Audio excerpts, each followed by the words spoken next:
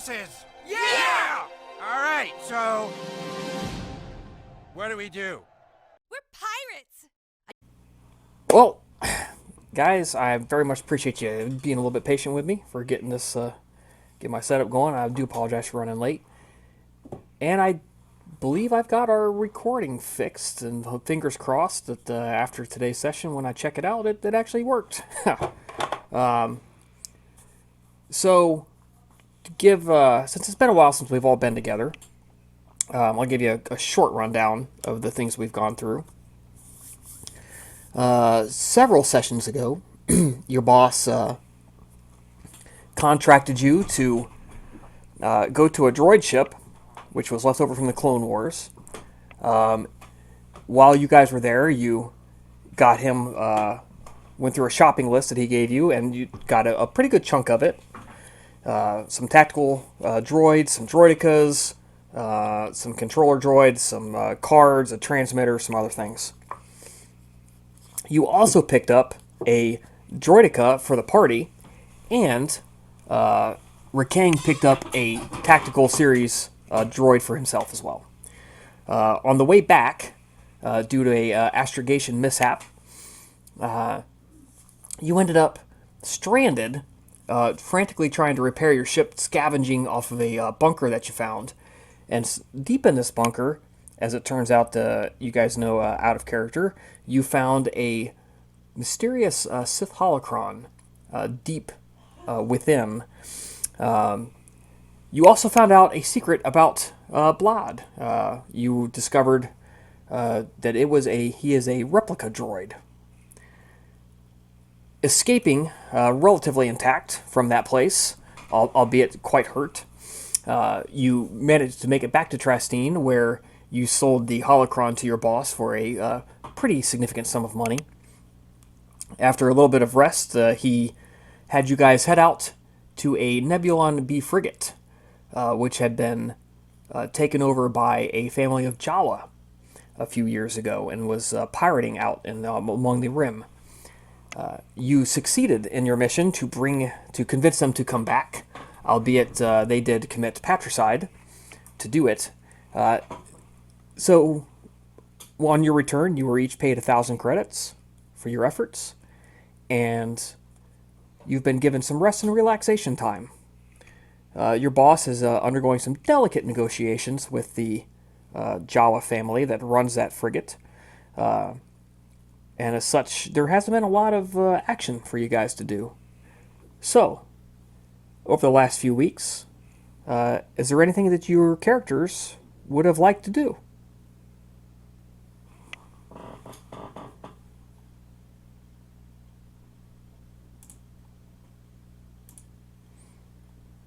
I think that go ahead, try to keep a watch and try to keep on the know on how the negotiations are going if she can.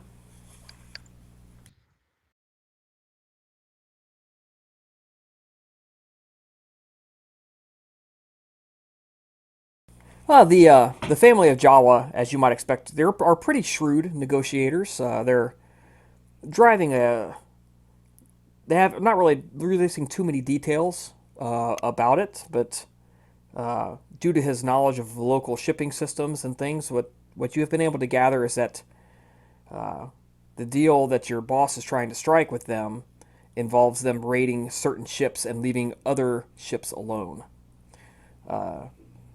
And in return, he is directing them towards some pretty rich takings. This is obviously going to be a somewhat shorter-term arrangement. Maintaining a pirate ship of this size takes a toll on local commerce.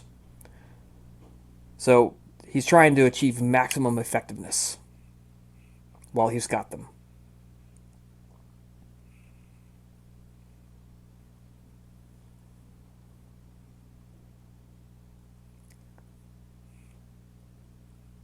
How about Arvalis? What's Arvalis been up to?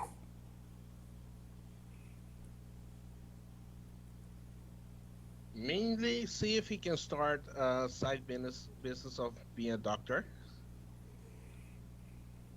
Okay, and how would you like to go about doing that? Any ideas? Mm, as not have a lot of cash with me, just looking around, see where I can find cheap stuff to start buying, cheap cheap medical supplies and stuff like that. Okay. Well, you have made a few contacts in your time down here, and of course you have your friends if you need to go to them for help. But you can make a gather information roll, pay out about 100 credits, and see what you can be pointed to.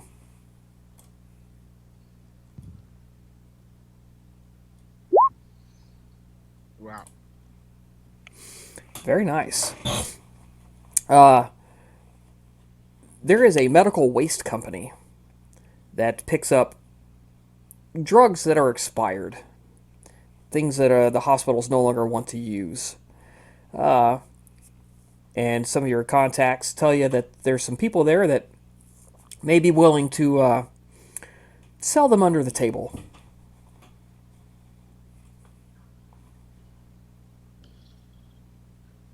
Okay, can I want to approach them to see if I can buy some med packs. Okay. So you're looking for discount med packs. They may have a chance of being expired. You don't quite know. Oh Jesus! There goes my tablet. There, let's put that back up. All right, price of med packs. So you make contact, send a few emails. You meet a couple of times, restaurants and things like that, trying to arrange a setup, right? You want to go see the merchandise and, make sure it's what they say it is, and then nobody's walking into a trap. So it takes a little bit of time. You got to establish trust, right? Yeah. And eventually, they arrange a test, a drop off. So you meet down in the undercarriage of your city.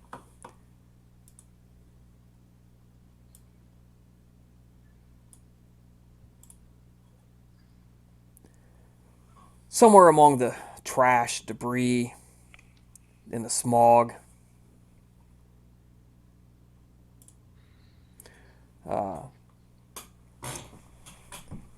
the sounds and smells and waste streams of the city drifting down to you.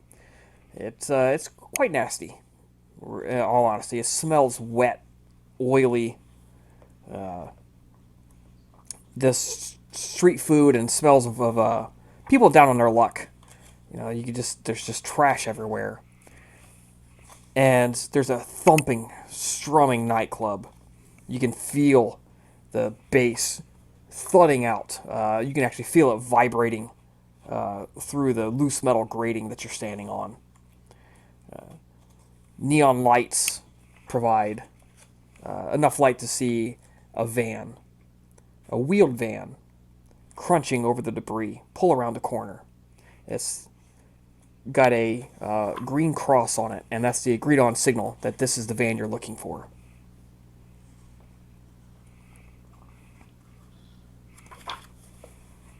Okay, I will approach and ask if I can see the merchandise. To see in what condition they are. They open the back door, invite you to hop in.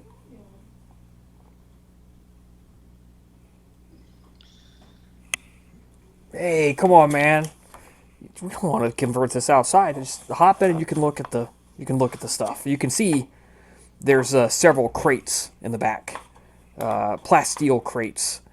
They have a couple of different hospitals on it, and there's a tape on the seams that's intact and it's labeled waste. Do not open.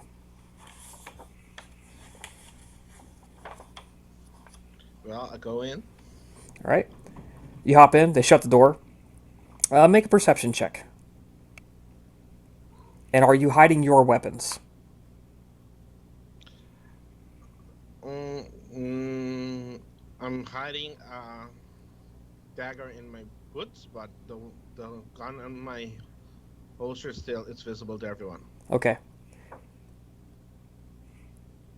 9.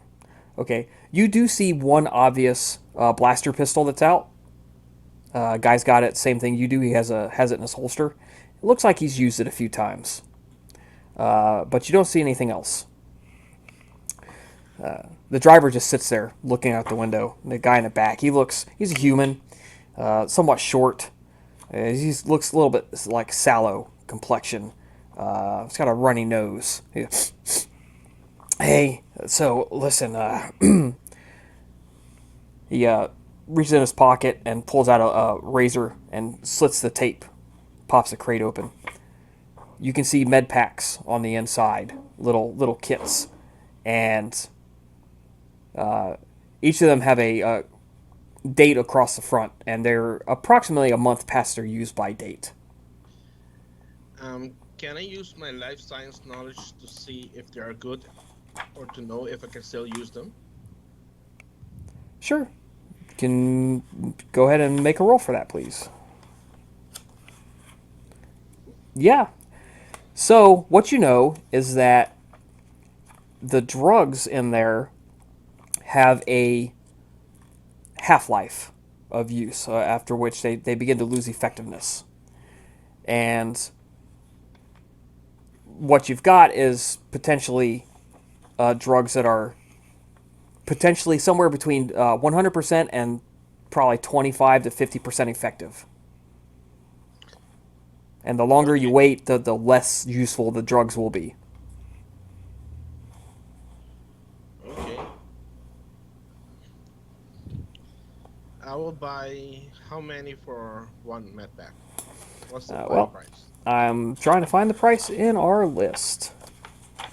Weapons, vehicles.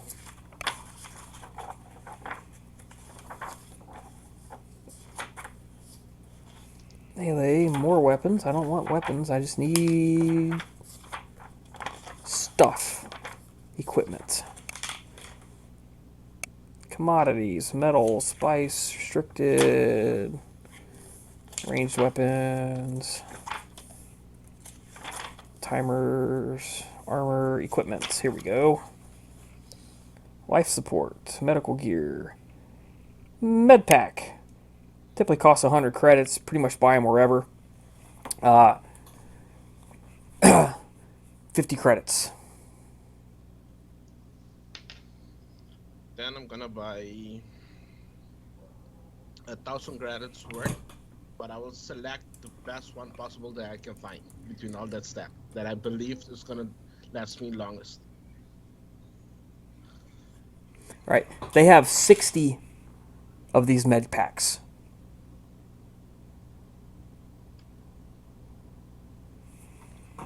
So you're going to spend 1,000 credits.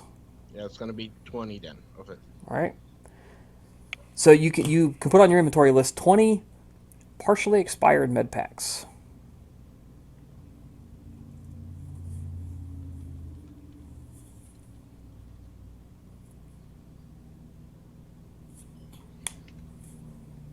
So they hand you one crate which has 15 of these kits in it, and then 5 extra kits. Well, gentlemen, it was a pleasure doing business with you. I'll contact you later on if I need anything else. And I leave. All right. So anytime you break that kit out, if you use the drugs on the inside, you need to roll a D1 percentage dice, D100, to see how effective it is.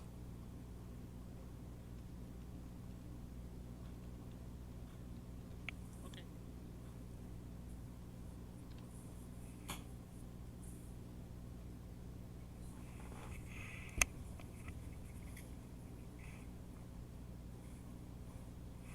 Right. So you have 20 partially expired medikits. What else are you doing?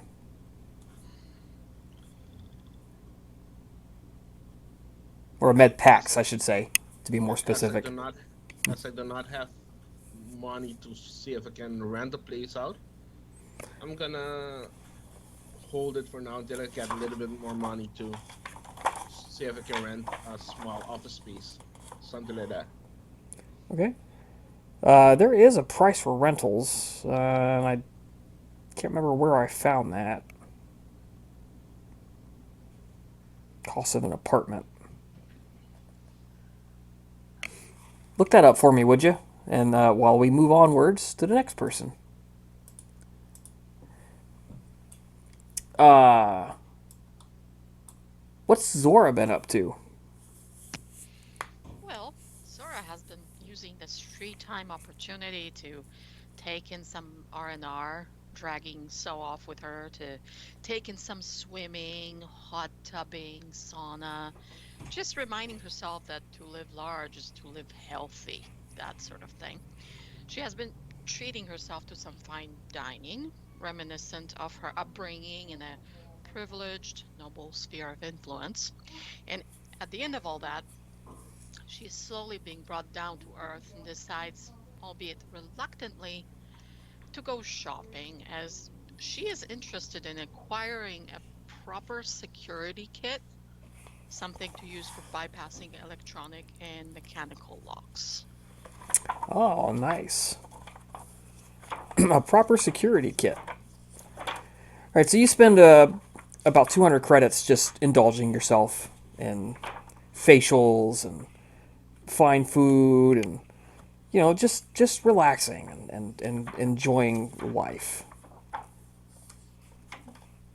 Security kit.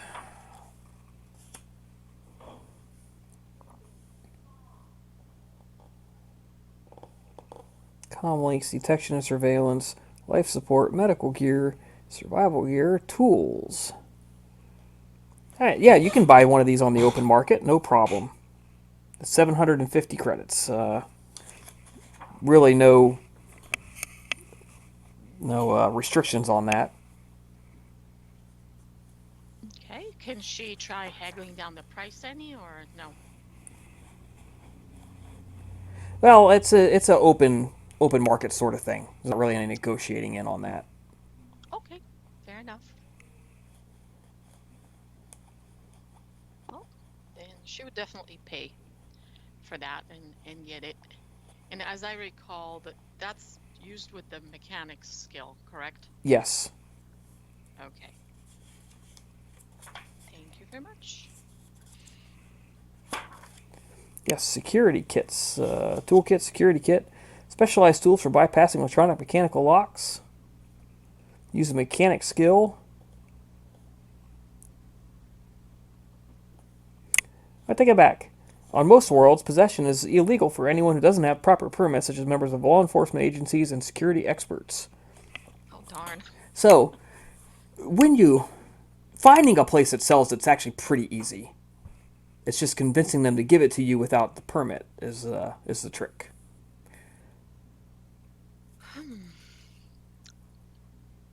Well, she'd definitely try and use her best powers of charisma and persuasion. I don't know if pheromones would actually apply in this case or not. Well, And sway them. in this system, your pheromones actually can hurt people. They're actually used to poison people. Okay.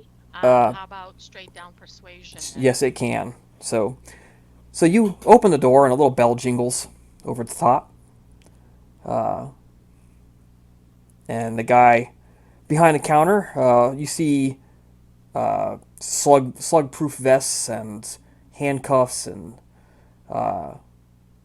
certain types of restricted pepper spray and weapons behind the counter, all securely locked up.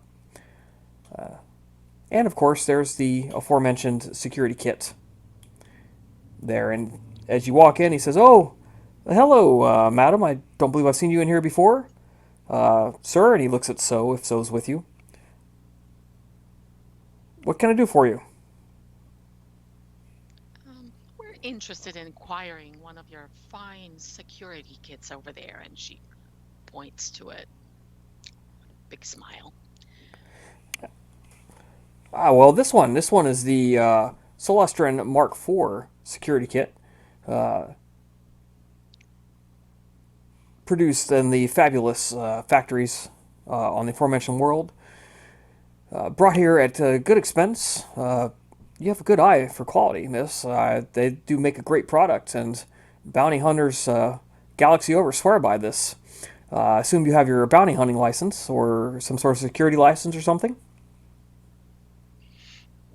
Actually, I seem to have forgotten it back in my ship, but my father is, and then she names her father, very powerful, fallen noble.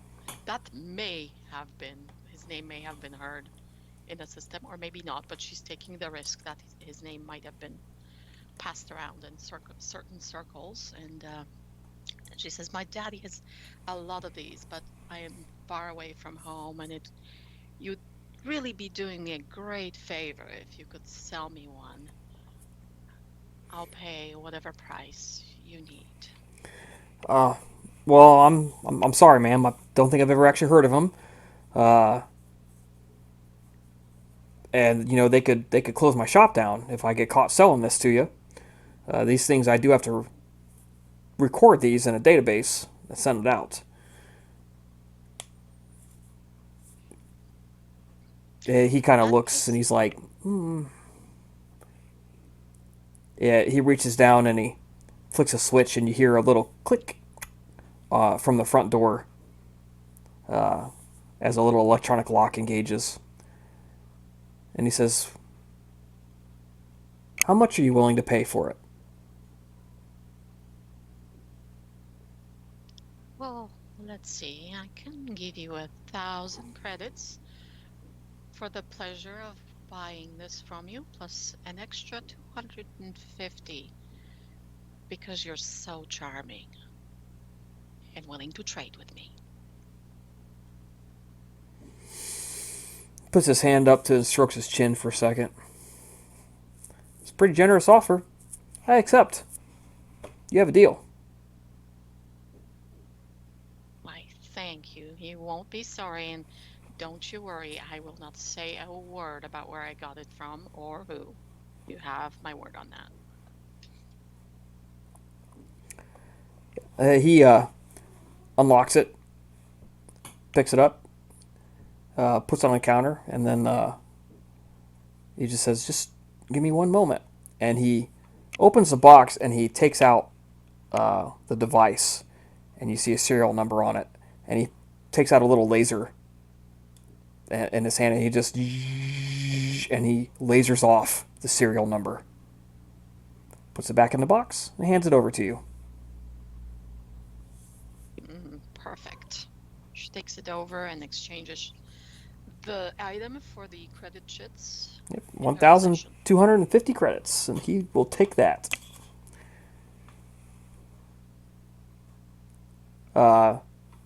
Reaches back, undoes the electronic lock, and at this point you notice there was the glass, when he hit that, polarized just a little bit to make it difficult to see what was going on the inside.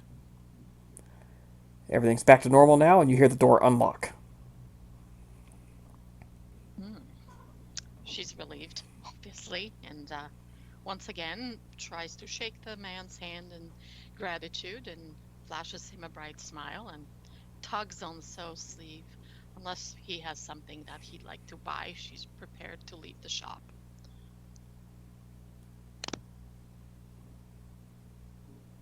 Nope, I don't got nothing I want to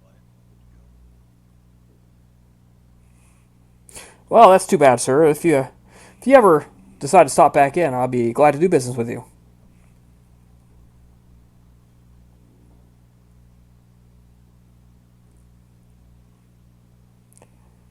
How about Blad? Blad, you on?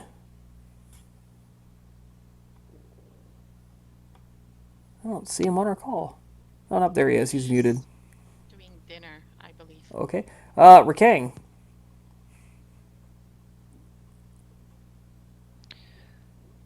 Okay.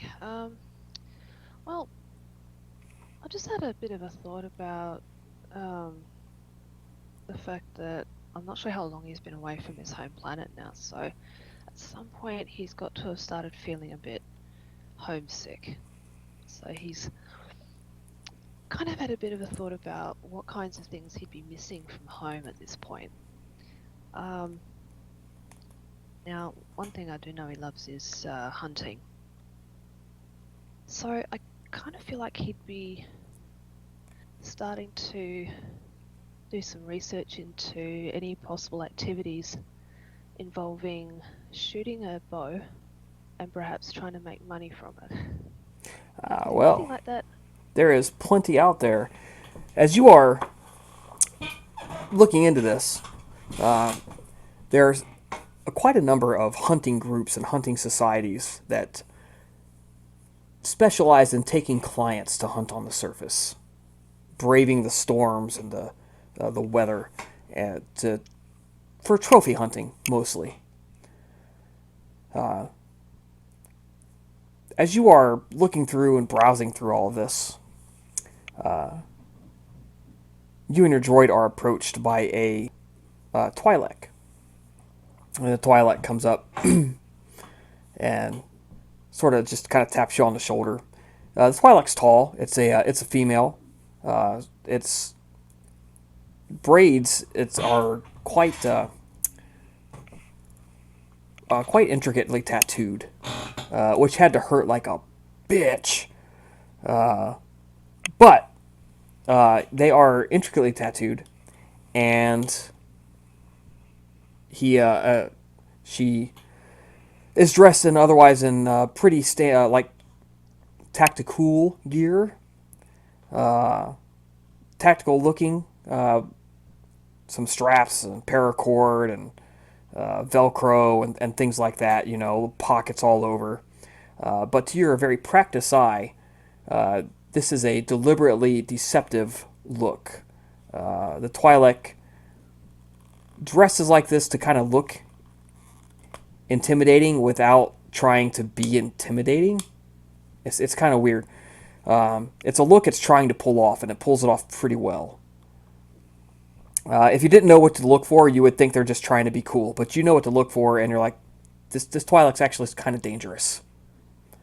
And it comes up and taps you on the shoulder and says to you in common, just kind of as you guys are looking at the posters and stuff in the windows, just says, I gather you are Rikang, and I might have a business proposition for you. Who are you?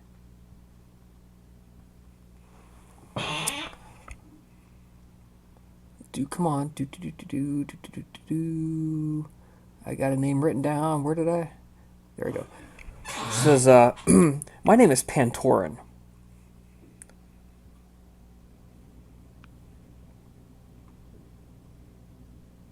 How do you know of me? My employer knows of you and has asked me to look for you, to make you an offer. I'm listening. You are a skilled, very skilled hunter, very skilled killer. We've had our eye on you for a little while. We would like to, well, to cut to the chase here, because I'm not real good at this cloak and dagger shit. I'd like to lure you away from the service of Grutus.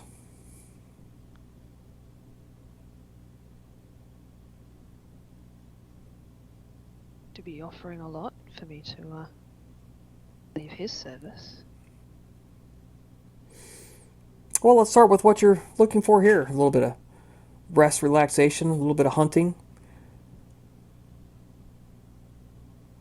How about I take you on a trip?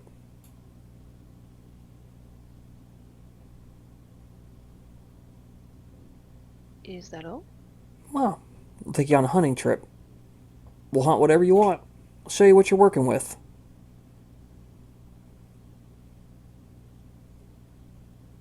I guess I can give it a shot.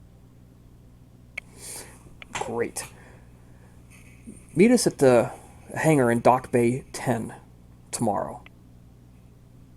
We'll head out. We'll go hunting. Looks kind of like a boar, if you're familiar with those, the human's boar, but it's armored. It's quite a challenge, really, especially when we limit blaster weapons to only the kill. Kind of like a Gurek? It pulls out its data pad and looks that one up. Yeah, character. It pretty much looks like a boar. Yeah, that's an armored boar, basically. Looks like a cross between an armadillo and a boar is the animal it's talking about. Why don't you meet us up there? I got a small crew. We'll take you out.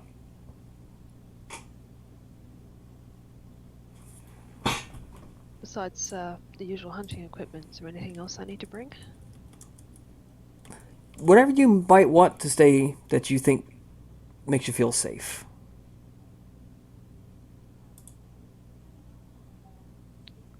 Okay. I'll see you here tomorrow. Awesome. Meet us up at there, at that hangar bay, and we'll head on out.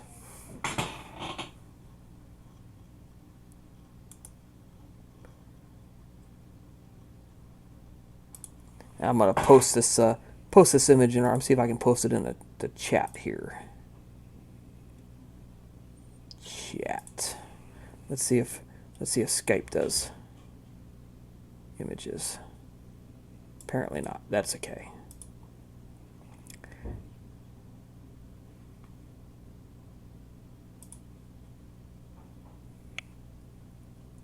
I'm just gonna put the link in there. You guys can look her on up.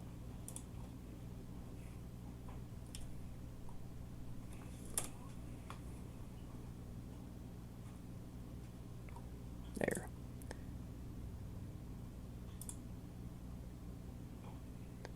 Oh yeah, can see the thumbnail. Okay. So you guys meet. You are headed out. Meet up in the hangar bay the next night or the next day. It is this lady. The Twi'lek has red skin, black banded tattoos down its head tentacles.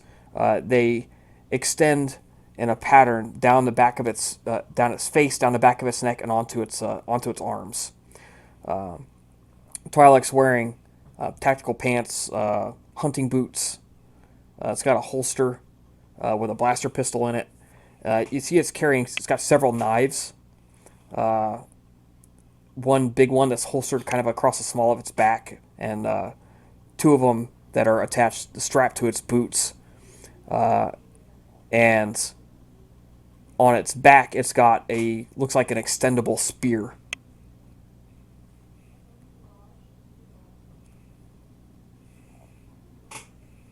Twi'lek's got a crew, a couple of Trastinians, rough-looking sorts, a couple of those Gamorreans, the ones with the green skin and the big tusks, and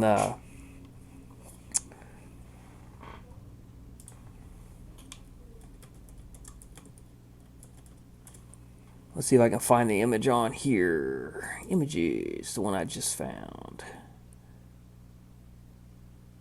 This is the one I was looking at.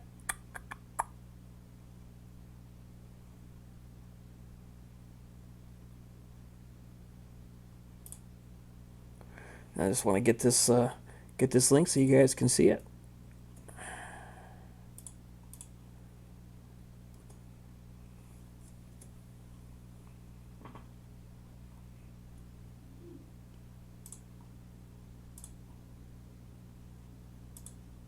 There.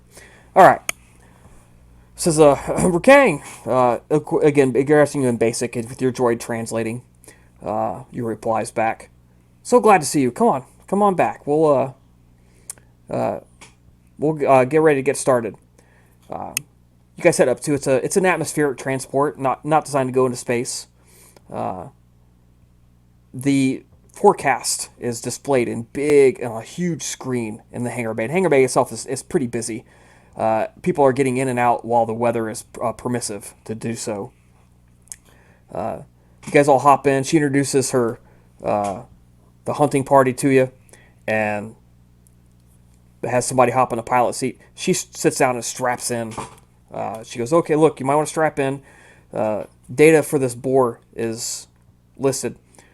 The usual strategy for hunting these things is to drive it into a type of funnel, like a rocky outcropping or something, from which you can come down from above. But since you're an experienced hunter, how would you like to take this hunt?"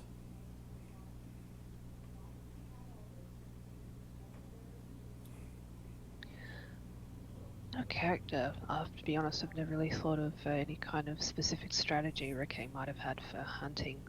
Okay. But, Well, yeah, I mean, Ewoks are pretty good at setting traps and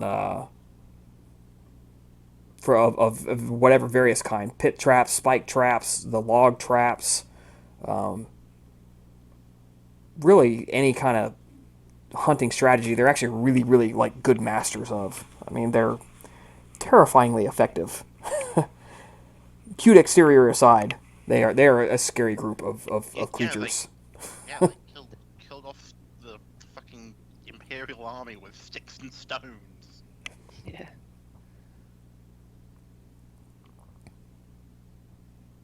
I also nearly ate Han and his friends.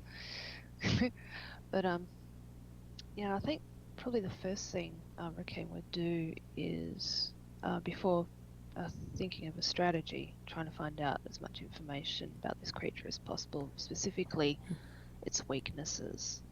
So he'd probably ask how strong the armor is, what can penetrate it, and if nothing can penetrate it, where there might be what's the word for it? Weak spots. So it doesn't have. It has extremely tough skin. Laser shots obviously will penetrate it, but there's no sport in that. That's why it's a sport hunt. And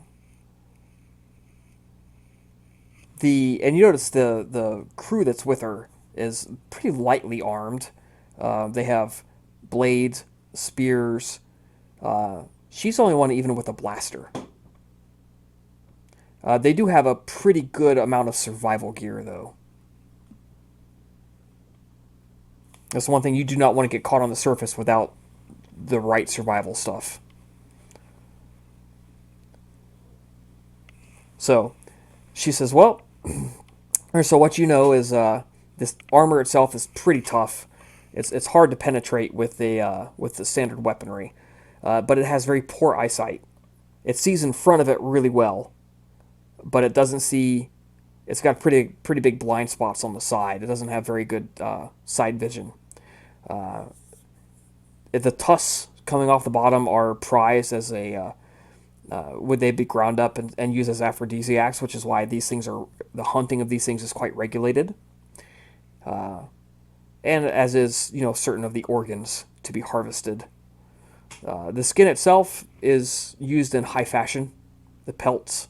So the cleaner you can take it with a shot through like the eye, or if you can get up under the neck at the weak spot for where its throat would be, for like its windpipe, that would probably be the best spots to get the best shot. So it's very soft eyeballs through its mouth, up under the jaw, would be the ideal spots to get. Or like in the fold where its legs meet its body. But that's really tough spot. What you've read online is that the way they historically take it is they'll try to drive it into a rocky outcropping corner, like a little cavern, and then just basically rain down from above until it's dead.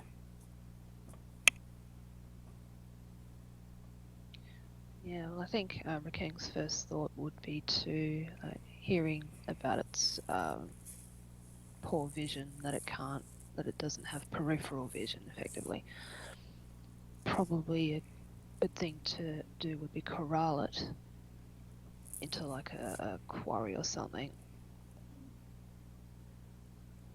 and see how many people we can get in a good position to hit it in its weak spots, have everyone else do the other strategy of firing from above, Okay. take it cleanly. She says, I have a proposal for you.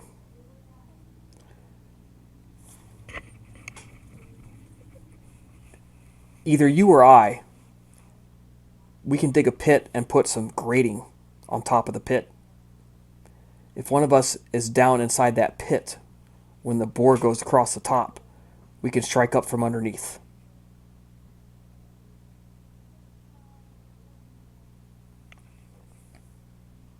The king nods his head at this idea and would offer to be the volunteer. All right. You heard him. Let's get going, guys. You guys strap in. The transport takes up, heads out onto the surface. Trastine is an achingly beautiful planet. You don't really get to spend a lot of time on the surface because of the storms. But out in the sunlight in that twilight area where it's not too hot, not too cold, you notice the trees are they're not humongously tall compared to like a Kashyyyk or some planet like that, but they are thick, solid, strong. The grasses are tough, able to withstand the winds and the storm, the pelting rains and hail that often come crashing down. There are swaths of where lightning has sparked forest fires, and you already see green shooting up, the rapid life of this planet, taking over the fertilized ground. The transport goes for a couple of hours, going over the surface, and then the guy piloting it turns, lands in a pretty deep cave, a natural cave formation. The ramp drops out, and he turns and he says, Miss Commander, according to our latest hunting forecasts, there should be a pack of these boar coming this way. They've been spotted in this area several times. Being that it's mating season, they should be distracted enough for us to set up our trap. Although the bait to bring them in will, of course, be dangerous, as I told you. And she looks at him and she says, I will be the bait to lure them in. You focus on holding it over the grating so that Rakang can get the kill shot.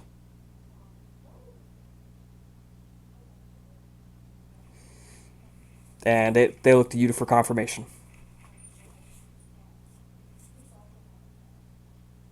Okay, nods.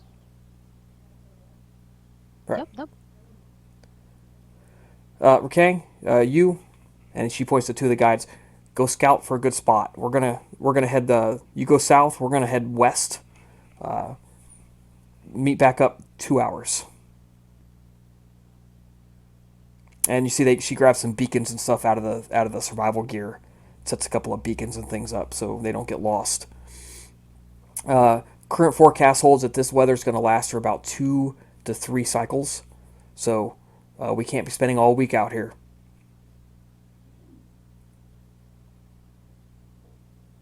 Hopefully we won't need that long. Right? So make a survival roll for me.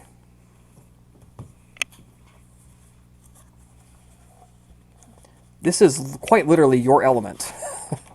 Primitive. Indeed.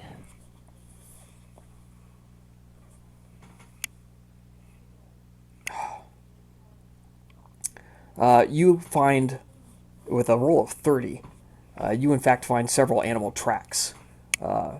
You find a rutting ground for the animals with fresh spoor. So you know you're in the right spot. But what you do find is that there is a spot about 200 or 300 meters off the trail where the surrounding forest opens up and there is a very tall rocky outcropping. It's an extension of the small mountain ranges where you guys landed the transport. You think this would be pretty good, but the digging in it is going to be pretty tough. You're going to need charges or a lot of sweat to set your hole trap. Out of character, could we kind of estimate roughly how long it might take to dig it out? Probably a day, with just using primitive methods.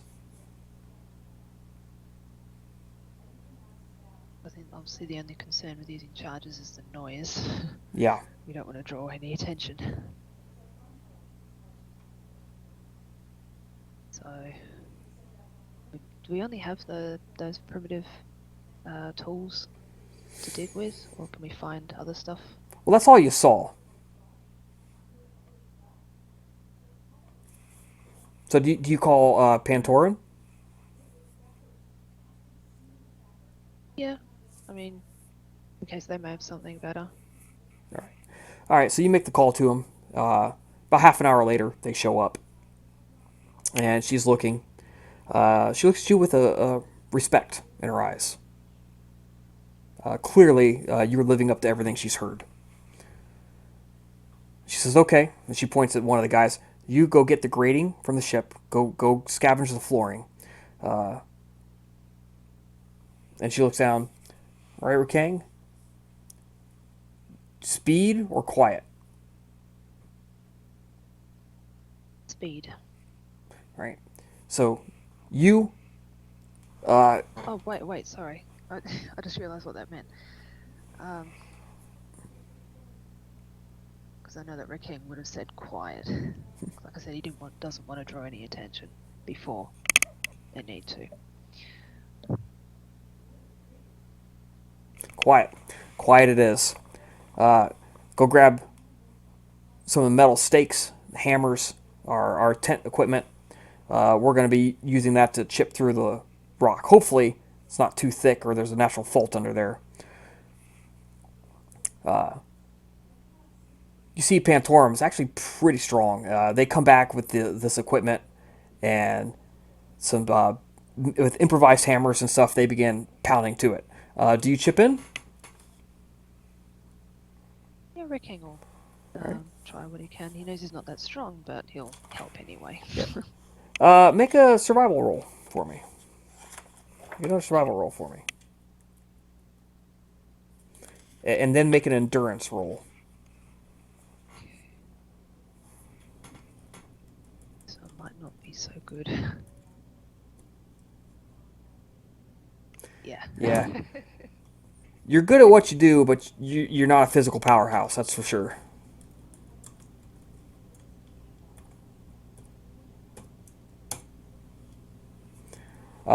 Pantorum, though, just goes and goes and goes. As other people are sitting out like, oh my god, so hot.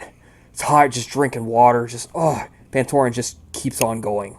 You can see her hands just seem to be really... Eventually, after a couple hours, there's pretty good chunks of rocks and stuff that they're sweeping off and trying to hide. There's a big pit. And she sets the hammer down, and you get a look at her hands, and her hands are a smeary mess of blood. She's just been ignoring the pain in her hands to get this done. Take one look at that and say, "Chihuahua." All right.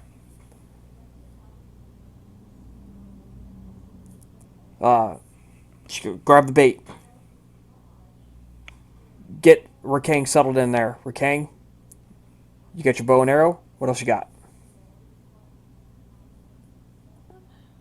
Actually, Rakang would bring his spear too in case he was able to get up close.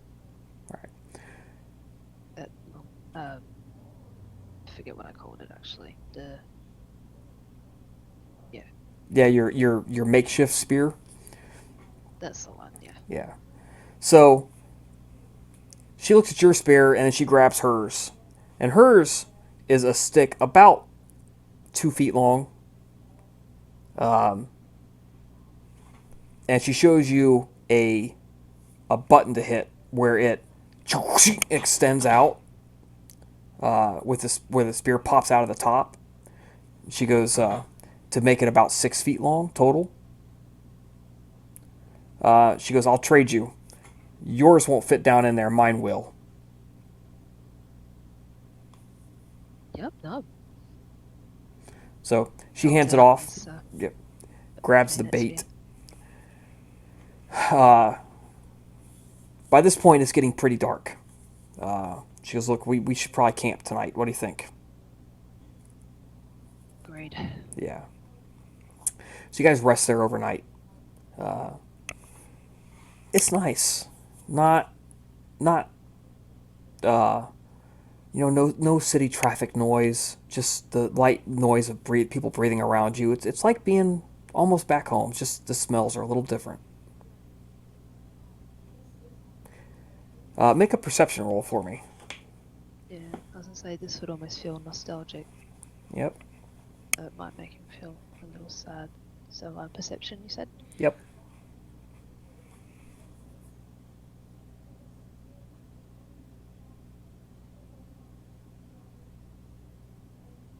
Oh, there it is. Nice. Pantorum sleeps like shit. For all that she proposed this, you get the impression she doesn't sleep outside very often. Every night creature noise, every insect, her face twitches and she looks at the tent, looks around, falls back into a doze. A couple minutes later, something scratches the tent. Boom, she's up. She's looking around. Okay, she lays back down. Very nervous sleeper.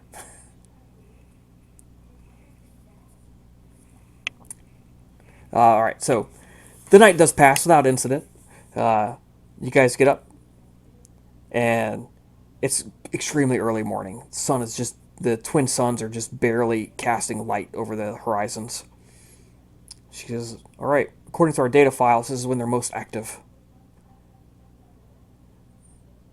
She grabs the bait and smears it on her skin.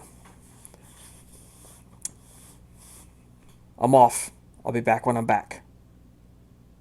Alright, I'll go settle into the pit. You go settle in there. The others swiftly throw a couple of leaves and grass and stuff, like a mat over the top. You can still see light filtering through. It's not light tight or anything like that, but it's basic camouflage.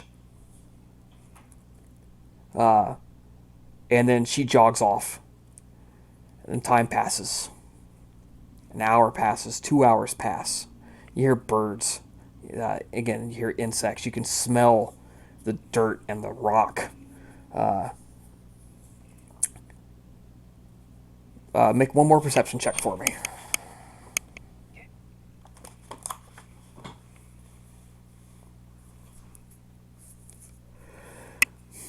As you're listening, so glad to be back on the hunt. Your senses razor sharp. You hear it. Thud, thud, thud, thud. Just kind of barely thudding into the ground. And then you smell it. The smell of sweat and blood and crushed berries and some sort of musky perfume drifts through the air in the direction of the breeze. Then you hear this, "They're coming!" just drifts up as a few moments later, Pantorum thunders past you and then parkours up the rock. Boom, boom, boom, boom, boom.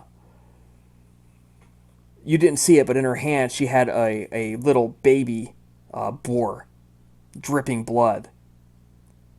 And then you hear the boom, boom, boom, boom, boom, boom, boom, boom, boom of incredibly heavy hooves smashing the ground, tearing up the mud and the grass and the leaves, just bam, bam, bam, bam, bam, galloping.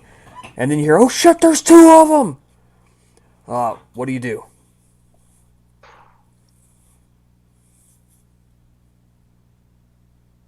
Well, this could get tricky. Because he knows that with the modified spear that he was given, he'd be able to kill one. But he's not sure he may or may not need one. Well, he may or may not need more than one arrow from his bow to kill the other one if they both fell into the pit.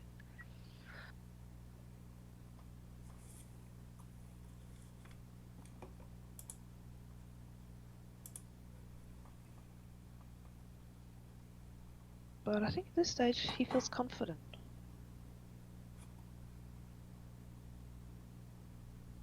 All right.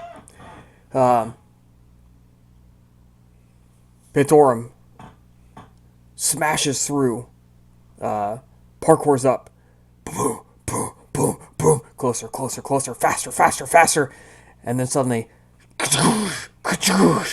you this thick, heavy, and the whole grating bends under its weight. It actually touches your head for a second and bounces back up as the first one runs across, and you prepare yourself. Here comes this, and you hear this noise as this thing is just like howling, some sort of warthog howl. As the second one pounds over, make an attack roll. Okay. So should I just use the roll for my bayonet spear? Yeah. Yeah. So I take it he'll be able to clearly see where that weak spot is in the neck. Yep. As it kind of slows to a stop because it's instead right in the spot. You guys planned it really well with that survival roll. You have access to one of its weak points. Okay, so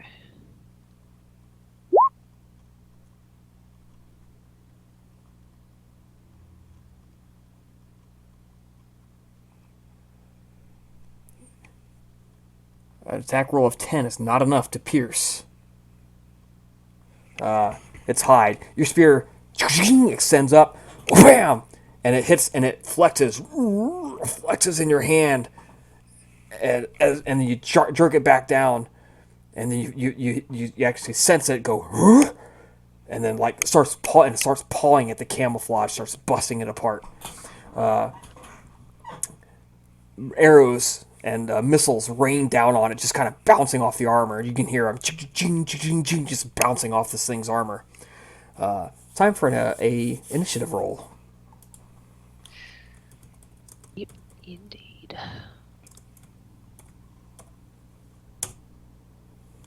All right, the boars are at 18. You're at 20.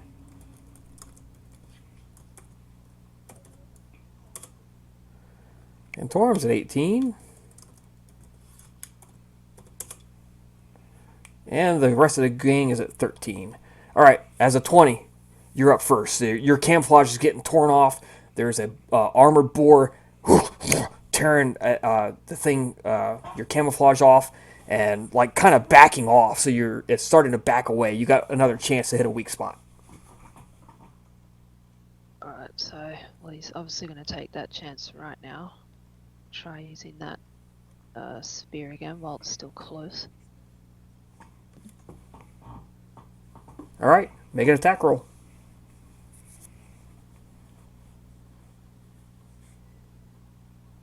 Actually, I should have thought to ask beforehand. Not sure what the damage stats would be for this other spear. Same damage. Same. Yep. It's just slicker. I think that's slick enough. Nope, that will not do it. The again, spear hits, bounces off, bends, flexes, can't get purchase. The Pantorum and the boars act at the same time. She sees what's going on, jumps athletically, lands on the back of one of the boars, and reaches down and grabs the two tusks coming out of its mouth, and begins to physically wrestle with this thing. Urgh! She's trying to drag it and keep its head directed towards the rock so it can't see what's going on around it. The other one, it's trying to throw her off. Need to bust out my D20s.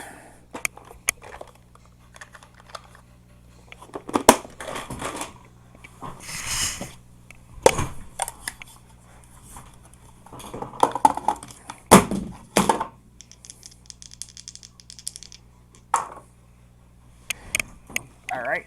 Yeah, she holds on for dear life. This thing can't throw her off. The second one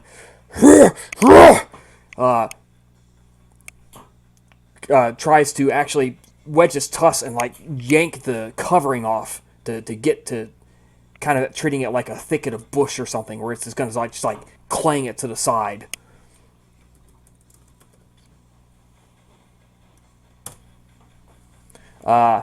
It actually gets its tusk in there, and it kind of comes up, but it's at like an angle, a weird angle, and it doesn't quite get a good enough angle to flick it to the side. It just kind of hangs there, so you're still protected for the moment.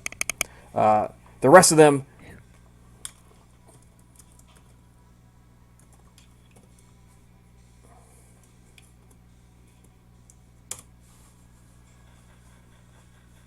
let's see what they do. They do nothing. They're almost less than nothing. As several of them get up and pull bow and arrow and begin shooting, and it's just bouncing off the armor. They can't penetrate. Back to the top. You're up. Okay. So, does Riking still have a clear view of the weak spot of the other one? It's not a clear view. You have a view of the one that's attacking you, but it's not great, so the DC's a little bit higher. You can still hit it in theory. Okay. How easy would it be to attempt it with the bow and arrow? Pretty good. You can get it. It's actually, it's literally a point-blank shot at this range. Yeah. So he feels like he's gonna try that this time. Because he obviously feels more confident with it. And, so will you have a better view of the neck or the eye? The neck. Well, actually, the neck, because to get the eye, you're going to be shooting through the grate. Right. Okay. Yeah, so he's going for the neck.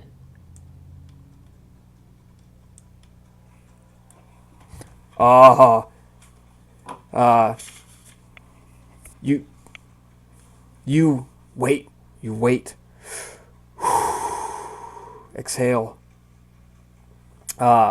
Everything just lines up, and as the boar tossed its head, trying to get this grating to fall off to the side, you see the throat, and you just draw, blink, release, straight up the windpipe, straight through the armored scales, and it reacts, tossing its head, tries to lower it, but the arrow's sticking out. It can't quite lower its head, and it's like trying to back away, severely hurt, badly hurt.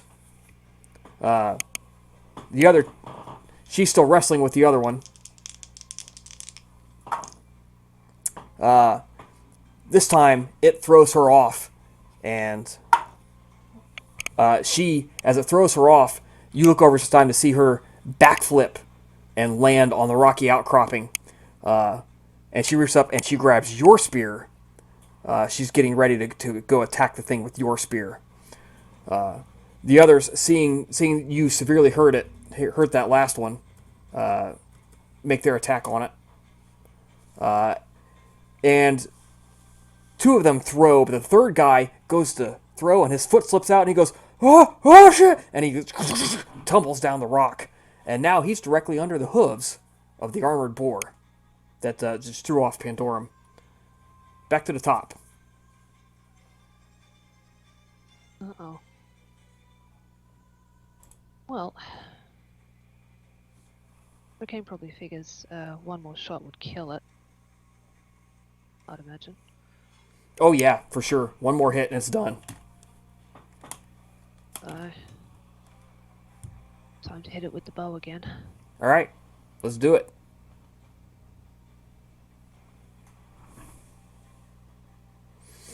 Uh, 13's not going to do it. Not going to cut through those scales. It bounces off. In a contested roll, the two of them again square off.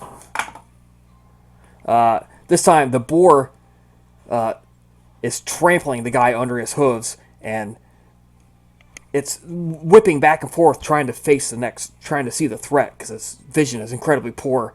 And she jumps off the top. What's the damage on your spear?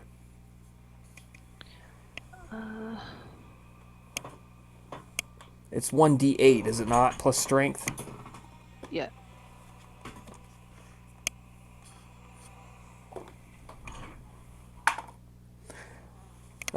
She jumps off and she wham jams the spear, and she gets it up underneath the scales. It's not an incredibly nasty hit, but the spear is wedged in there, and you see a trickle of blood spurt out and start coming down as she is now once more sort of standing half mounted on this back of this boar with the spear, your makeshift spear. You can see it bending and flexing. It's almost ready to break as she's trying to wedge it in.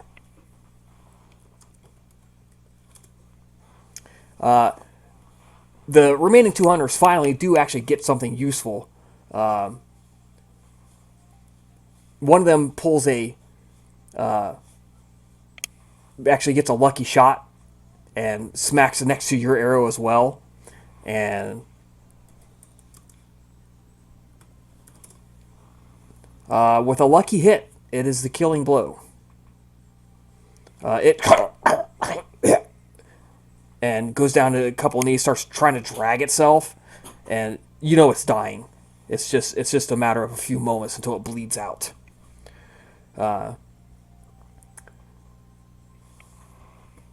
Pandorum looks at you, and she's like, and she goes, "No!" She goes, "No, that kill was for Kang's, damn it!" And she's mad now. You're up, Kang.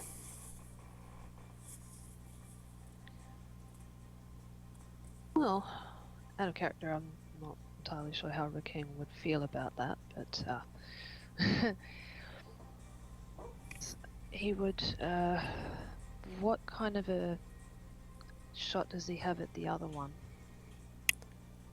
She's got the spear like jammed down in his back, and she's like half astride it and half kind of like being flung by its bucking and weaving. You can definitely get a shot on it.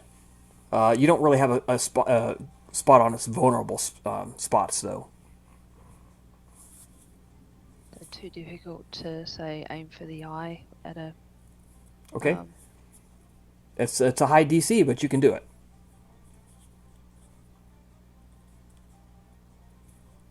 Right, let's give it a shot.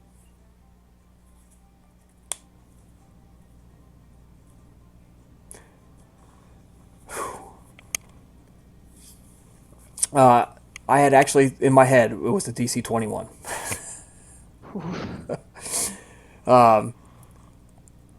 Yeah, it, again, bucking and weaves, and for a moment, it pauses, and she takes that moment to reach down one more time, and, like, she actually drops an elbow on its head, just pow!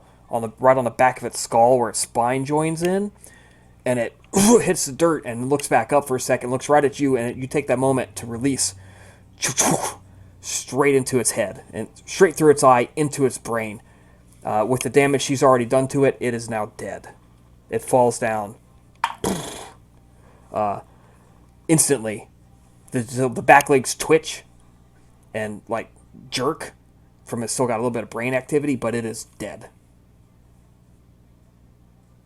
You look up. The battle's short but intense. And as you stand there, everyone kind of breathing heavy from the adrenaline dump.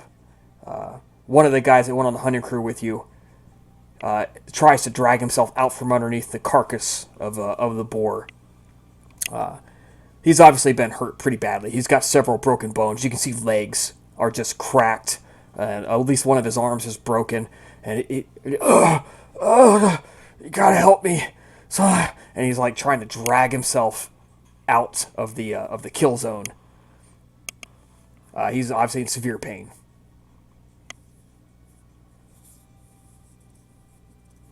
And she looks to you. What do you want to do with him?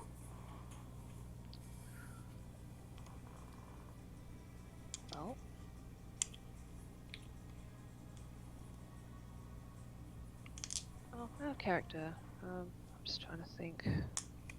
Obviously, one thing Rakeng would like to do is see what he might be able to take, which could be of value.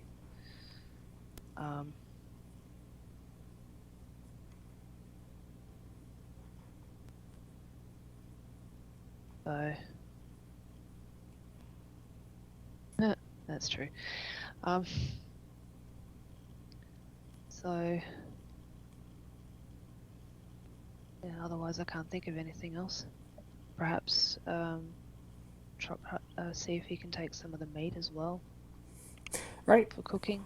So you guys basically ignore this dude who's been severely hurt, and you walk up to the kill, and you and your labor droid grab it, and your droid, you hear the servos as it struggles to like push this thing to a spot where you can access it. And she taps its testicles and she goes, "Delicacy. They pay a lot of money for those." So yes, you begin harvesting whatever it is you want to harvest off of the boar. Eyes, tusks, teeth, organs, hide. Make a survival roll. See how much you manage to harvest.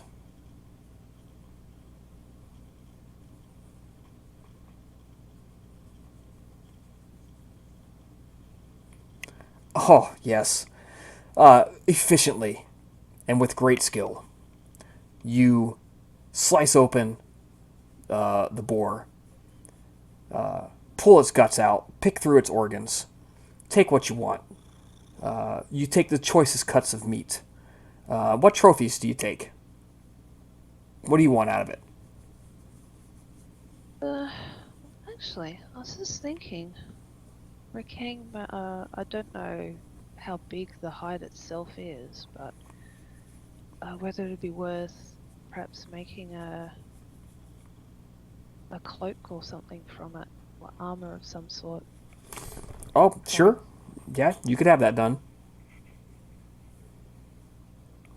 Because that'd be a cool trophy. So yeah, you guys, you work on skinning it. As you and Pandorum work on skinning and harvesting, she sends the two surviving crew members to go get the transport and bring it this way. As you're butchering it, boar blood everywhere. Just chatting as hunters do after the kill. She says, "So, this is the kind of thing that we like to do. This is how we spend our time. What do you think? You want to join our crew?"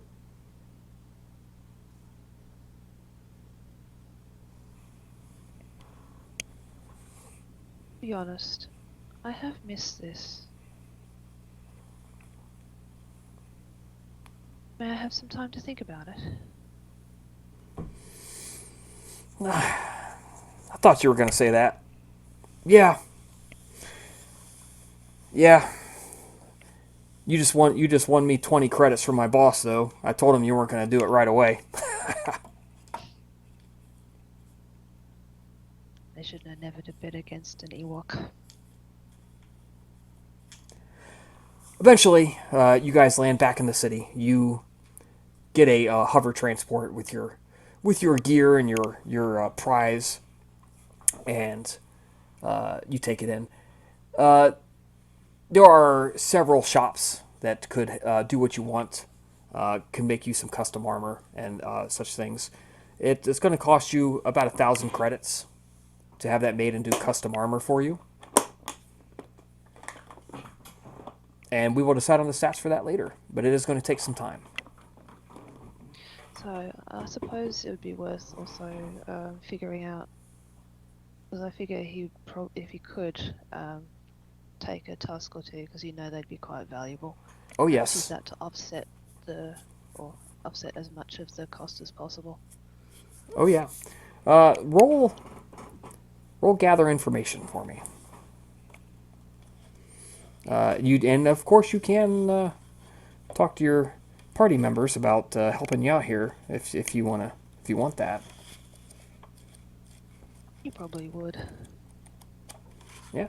So that's a good thing you said that before you rolled. Hey, so looks like Rakang needs your help.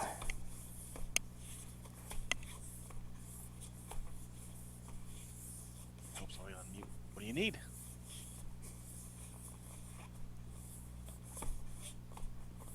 Can you guys hear me? Yep.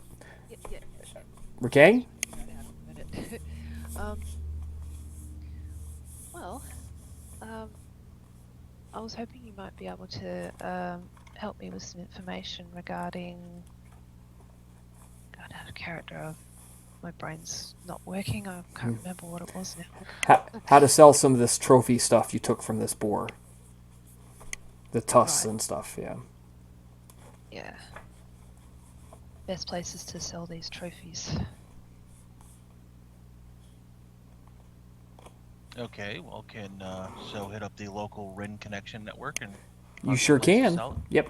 You can roll gather information for me. Here it is.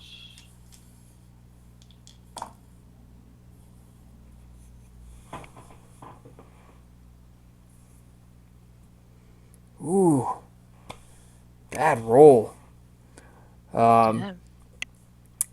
At the moment, they don't know of any buyers, but maybe in a little while. We try to get in about a month or so. See if anybody approaches them, if they hear anything. Fair enough. All right. Last but not least, Vlad. What have you been up to in the last several weeks? Where your boss has been busy and hasn't had a lot to give you guys to do? I think a bit of perhaps a sense of morbid curiosity. He's going to be looking at the two droids we brought back for personal use. First thing he's going to take a look at. Do they have anything in their memory banks from before we retrieved them? No, just a couple of other battles, and just the standard, droid army stuff. Nothing of any real consequence. Marching in ranks, shooting weapons, getting back on the transport, that kind of stuff. I'll probably look through those. Take a quick look through those anyway for a sort of very twisted nostalgia, and then afterwards, taking a look at their system, seeing if he can think of any ways to, basically optimize their efficiency, whether mechanics-wise or programming-wise. I mean, what parts do you have? Do you have anything to add to them? Anything that could help them?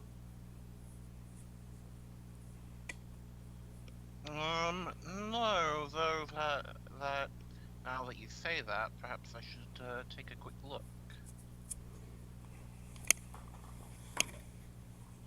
Maybe,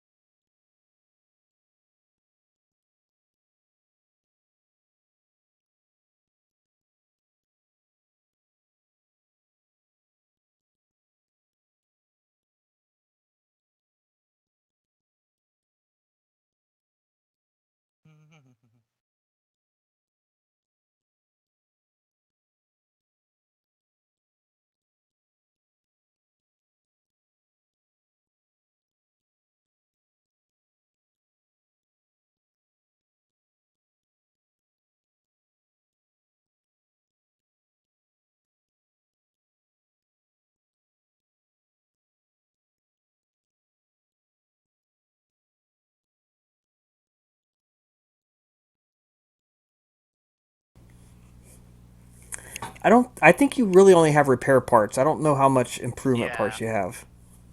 Yeah, I only have repair parts, so right now I'm just looking at things I might be able to buy. Okay, yeah. You could try to bump their stats up. There's various voice stuff you might want to buy. I mean, what do we got for droids? Droids. Would you like to have a interpreter droideka?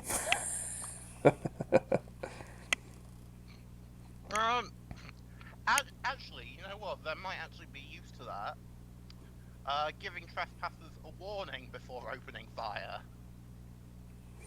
So it needs a vocabulator, which is not bad, and a translator unit. You just tell me how much you want to spend on it. I'll throw in 1,500. Okay. Well, the vocabulator is 50 credits. And the translator unit comes preloaded with 10 languages. And on a DC 10, it might know every language it encounters. It has to roll its intelligence DC 10. And if it makes it, it knows that language. Alright, should I make a roll to install? Yes, you may make a roll to install.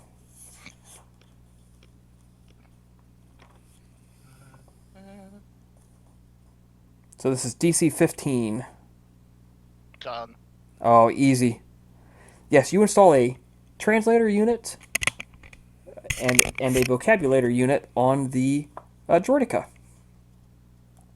Okay, and then just make a quick, as a quick addition to its program, basically,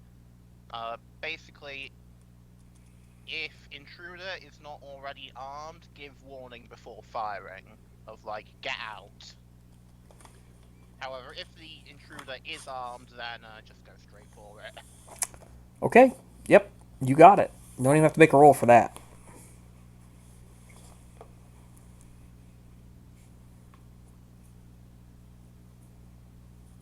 And I think that's about the gist of what I would be doing over that time, yeah. Okay, so a couple of weeks go by, and eventually your boss gets a hold of you guys, contacts you, and says it's, well, I have another job for you to do. I got things lined up. I need you to meet at a apartment complex. It's essentially guard duty. Need you to be a bodyguard to a politician. There's a vote coming up in a week, and I need the bodyguard safeguard. I need this politician safeguarded until then. Need you to head to Villa Mora's apartments, and you're going to meet my politician. His name is Kudin Monda. On the 18th floor.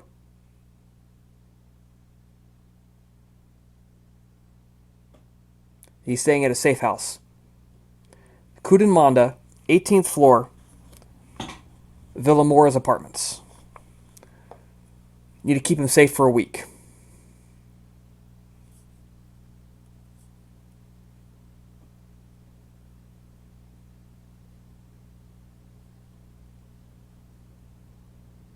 He's in danger. People ask.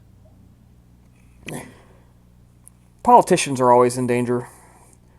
He's going to vote a certain way, and I want to make sure he's there to cast a vote.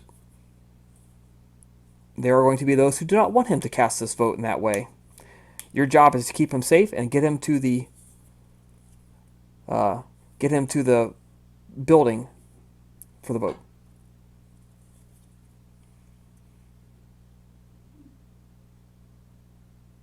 Understood. He can do it. Yes. Sounds simple. Sounds simple. That's simple enough. All right, good. You got it, boss.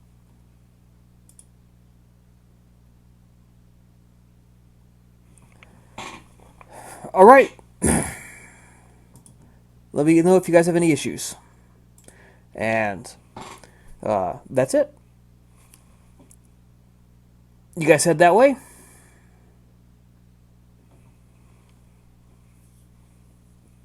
What do you do from there? Well, does he knows that we are there to protect him, or are we like trying to keep this from the shadows, kind of deal? Oh, no, no, no. He knows. Part of the deal is he's staying in one of my safe houses, and I'm helping to provide his protection. So we should meet him, yes? Yes. Make sure that he knows who we are. He'll know. Make sure you just get there and get to the apartment. Go over, inspect the place. Try to make sure that it is safe. Down.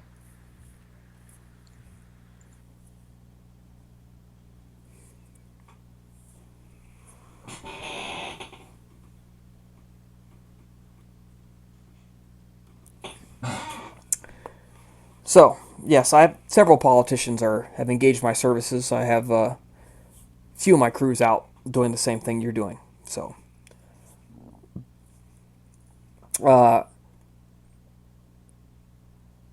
just let him know who you're here with. That you tell him explicitly that you work for the Clondry, and he'll know it's you.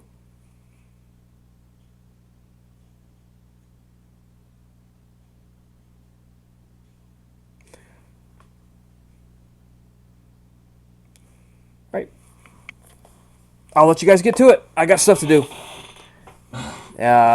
The message pops out, and you guys are left on your own.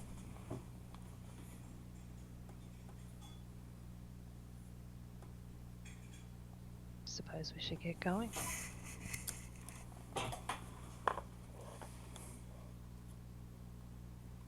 You have the address, so you can just go there and talk to the guy.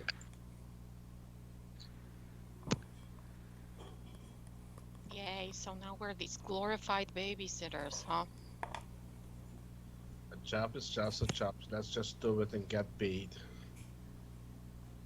Agreed.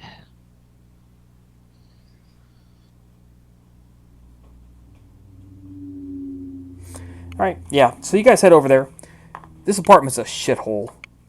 There's no other word for it. The complex sits on a rock that raises it just over the worst of the smog. But it's not actually at the level of a tower. It's only about 22 levels tall from the base. Around it, the actual towers of the city rise above it, bathing the complex in it's a neon glow. It's never actually dark anywhere, really. Advertisements play a constantly shifting patina of light on the building. From the roof, you can see only a glowing pink, orange, and blue cloud as the lights reflect off the top of the smoke that blankets the streets below. There is a car park nearby, and a moving walkway that connects to the building. A low-paid rent-a-cop stands guard inside, backed up by a CCTV system. As you enter, the guard is armed with a basic slug thrower. On the ground floor, you see two more security guards keeping watch over the utilities and the entry lobby. And you know you're headed for floor 18. And you have his apartment number as well. While we are walking, I'm actually looking for escape routes in case something goes bad that we can potentially use.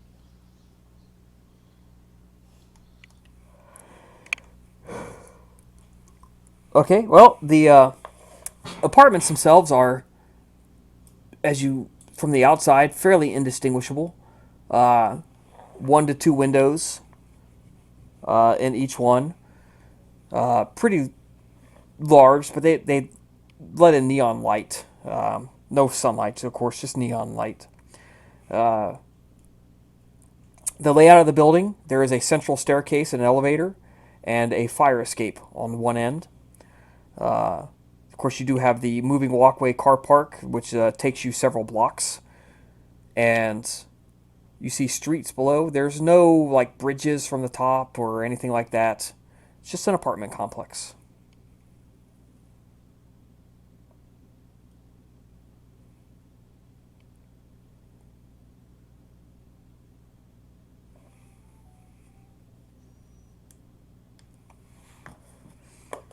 should go to the elevator and go up to the room of the guy.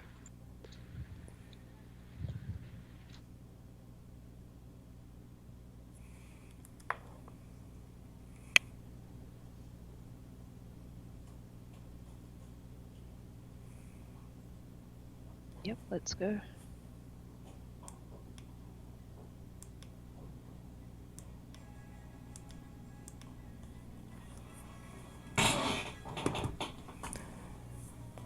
Right, you head up. The elevator is dingy, rattles a little bit. One of the lights on the side of it are out. It smells too. It doesn't smell pleasant. It smells like more than one person has emptied their bladder in the corner. But it is clean. There's nothing, no graffiti on it or anything. It rattles and shakes and groans its way up the elevator shaft. Stops at floor 18 with a ding. Doors open. You see a hallway. A floor in front of you is tiled, but the pattern is long worn off down the center, smeared with dirt. There's a door with the behind it says steps directly in front of you, and the hallway stretches to your left and to your right.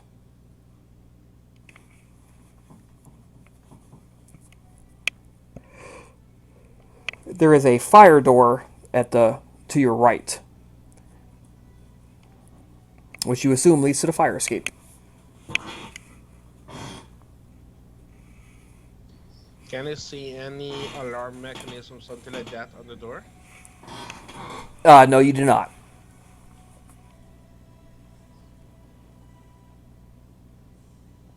And can we immediately see any of the room numbers from where we are, or do we have to get closer to the doors? You're going to have to get closer to the doors.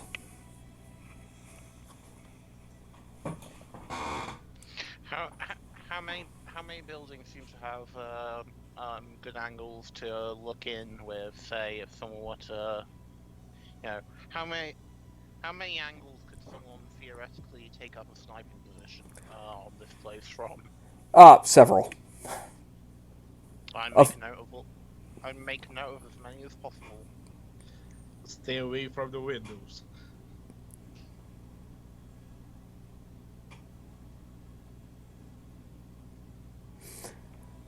So yeah, you did notice that several of the apartments had curtains and stuff on the inside. So obviously people don't really care too much about getting light from the outside in. You make your way up to the apartment door, I would assume? Yep. All right. Apartment 1806.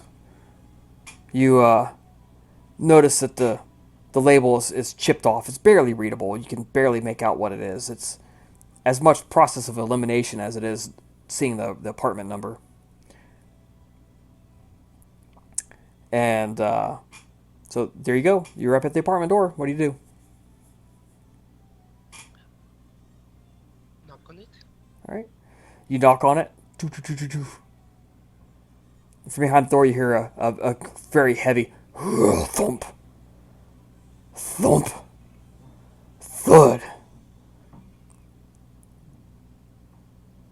And although you obviously can't see it, there's a sixth sense where you get the feeling that somebody's looking through a tiny little peephole at you. And then a voice through the door.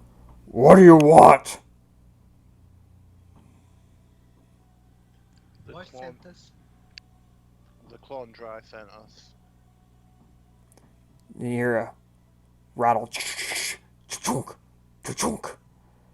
And then like something kicks at the bottom of the door a little bit. The door opens and there is a massive Trastinian standing there before you, easily matching Brutus's size, dressed in a cheap-fitting black suit. Very standard bodyguard attire. He's got heavy glasses on, heavy sunglasses. And he actually kind of has to lean forward to look down at you, as he's so tall. Condry, huh? Alright. He steps aside and allows you into the apartment. The first thing you see when you get into the apartment is it's pretty dingy. There's a living room. It's got like a sofa, a television, a couple of chairs in it. Right around the corner from there, there's a round table with some cheap chairs. There's some cards and a board game off in the corner. The television is playing, but at a low volume. Local news programs.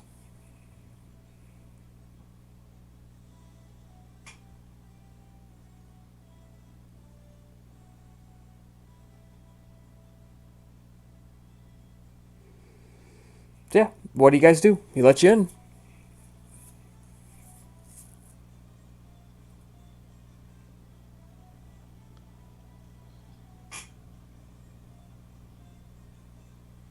I walk around, take a look at the apartment, see potential areas of danger, stuff like that.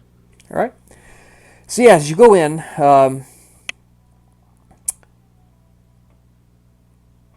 as the last you enter, the guy shuts the door, and you see he takes a wedge and he kicks it back under the bottom of the door. It's just a simple door wedge. Takes a couple locks, and he says something to a comm link. You could bring him out. It's the other bodyguards, and the bedroom door opens, and a second massive Trastinian steps through, and then another Trastinian who's much smaller, much thinner, a little fringe of gray hair on his head. Does he look like he got? Does he look like he got shoved in the high school? Oh yes, quite badly. He's kind of wired. He's got a crazy puff of white hair. He's otherwise balding, kind of wrinkled. So he comes out and he's like, these must be the other, must be the other guards, right? Yeah, good, okay. He's obviously incredibly nervous, like almost shaking.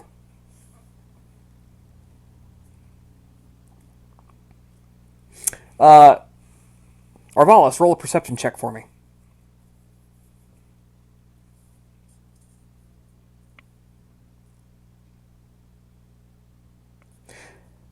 Yep. The only thing you notice as you tour the apartment real quick, there's two things. You notice a very thick pane of some sort of glass, something that's been set up against the inside glass of the apartment. Obviously meant to provide more shielding in the event that someone tries to snipe the inside. The second thing you see is a stockpile of weapons on the inside of this apartment. These guys are prepared. Arvalis smiles and see what kind of weapons they are. As you walk over to them, one of the bodyguards is like, "Don't touch those." But they're such beautiful toys. Can I not see them? No, leave them alone. They're not for you. Spoiled sport, and he walks away.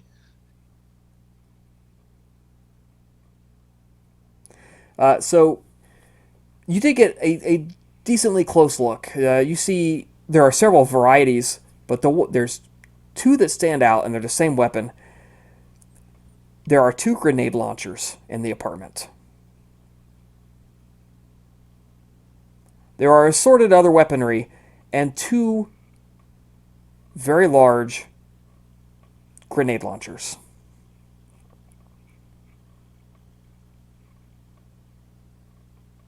I look at Chiba and whisper, "Aren't those beautiful?" Very messy, yes. Not good for making good kills. But suppose it is what big people need to hit small people. Yeah, Chiba, you and Rakang would actually probably need to put these on a tripod. they're large.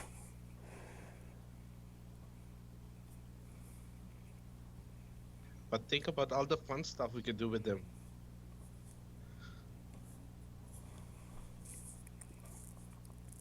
So yeah, he comes out and he goes to introduce himself. He goes, I'm good to meet you all. I'm Kuden Monda of the Kuden tribe. Who am I talking to? Who's spending time with me today?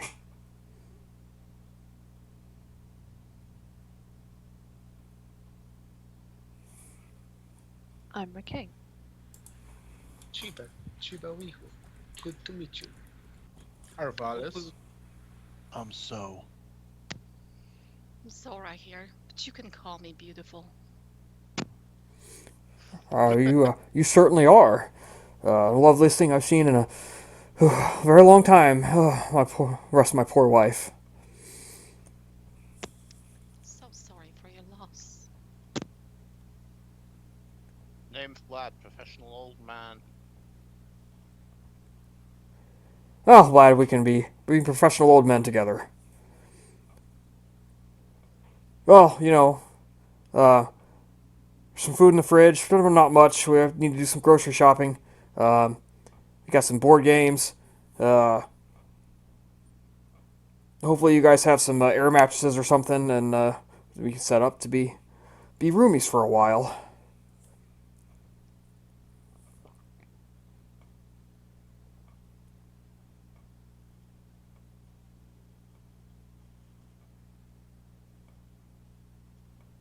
Cool. Yeah. So as you look around in awkward silence, you realize it's going to be a very long week. And with that, let's take a 10-minute break. Alright. Okay, and we're back. So, yes, you guys have been contracted out to be bodyguards for a week to a politician who's in hiding. You've made your way there and been introduced. He's introduced his bodyguards as Sean and Shane, obvious pseudonyms. But that's what you get. Sorry, Steve and Sean. Over the next little bit of time, several hours, I would like to get perception checks from the rest of you, for anybody who's curious about the bodyguards.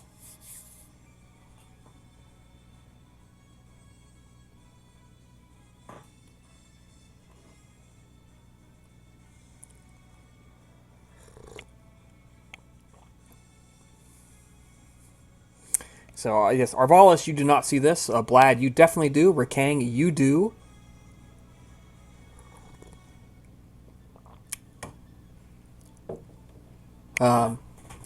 Chiba, you do. What you see is there is a cord that comes out of the arm of their suit that they're wearing. And kind of snakes out of their suit. It's got like a plug on the end of it. They have blaster pistols under their suit jackets. The weapons in the apartment, those of you who pass the perception check, see that there's a matching plug to the weapon instead of a normal trigger.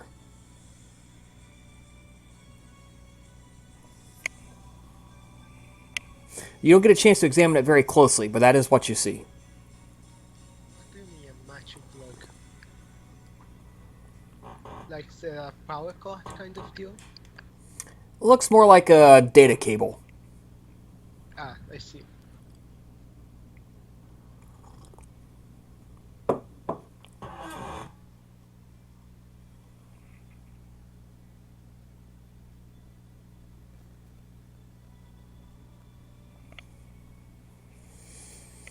Anyways, take a couple hours. They get a little bit relaxed.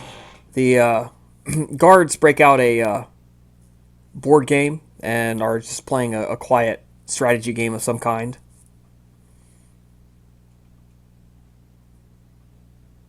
Chewbacca joins in and starts betting.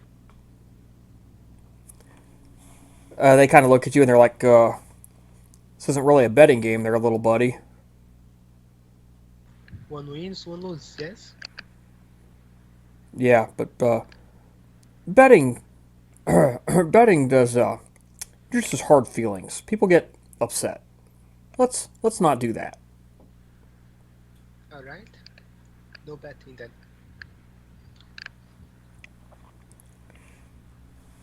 All right, so yeah, they're just playing a game similar to Stratego, if you guys know what that is.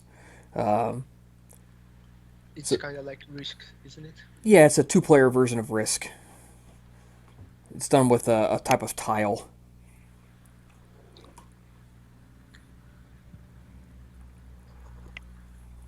And yeah, the game itself takes like 45 minutes or so. The politician is, of course, has the news on and is watching the news. Yeah, they're just passing the time, as such things go.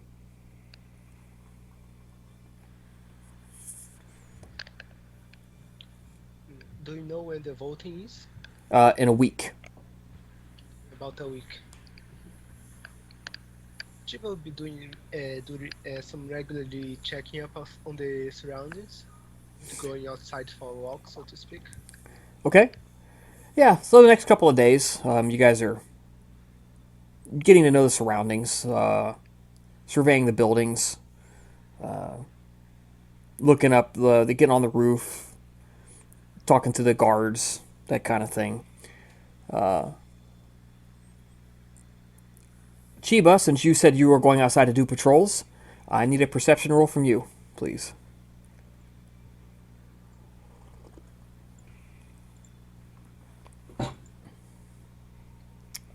Okay. Yes, you don't see anything strange or unusual. It's pretty boring, to be honest with you.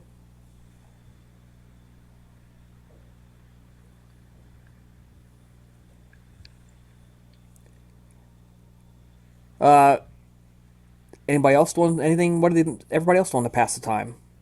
You do, of course, have to occasionally go out and get food and things like that. But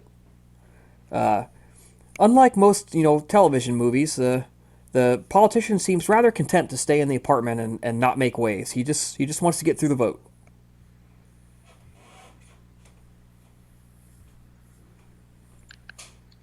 Unlike the rest of you, he's not suffering from cabin fever.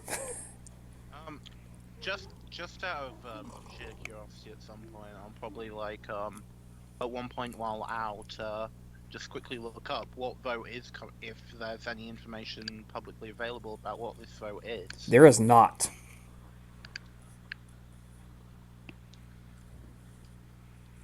So it's a secret thing. It is secret. That itself says something.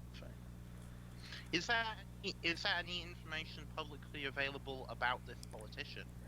Sure. His public profile, of course. He's been a politician for quite a long time, many years. Of course, you could, if you really wanted to do a deep dive into his voting records, you could. He's as corrupt as the rest of the politicians. That is, his voting record at times doesn't seem to make any kind of sense, but he's never been prosecuted for it, so...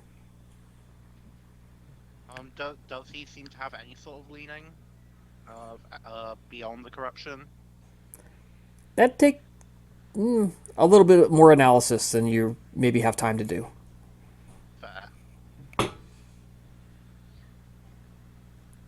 think one thing Rick King would probably be doing every so often, well, trying to keep an eye on the TV as much as you can, to keep an eye out for any news broadcasts that may involve this politician or the upcoming voting. There's not. That's a good idea. There's not really too much. The politician himself does watch several different varieties of news broadcasts, a lot. Keeping an eye on local politics for the city, for several other of the big major areas as well, and trying to keep up with what's going on in the Empire. Whatever is coming their way as in regards to the current state of the Galactic Empire, the Senate, how that's working, the Senate, Chancellor Palpatine, all that kind of stuff.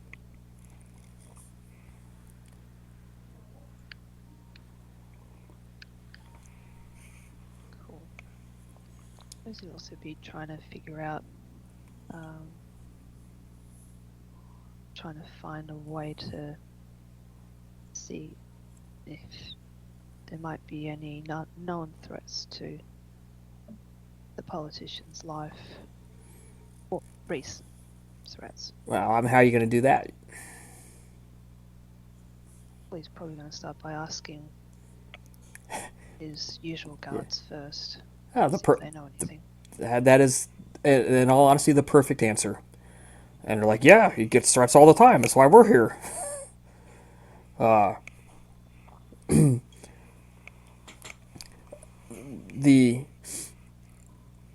We're actually most of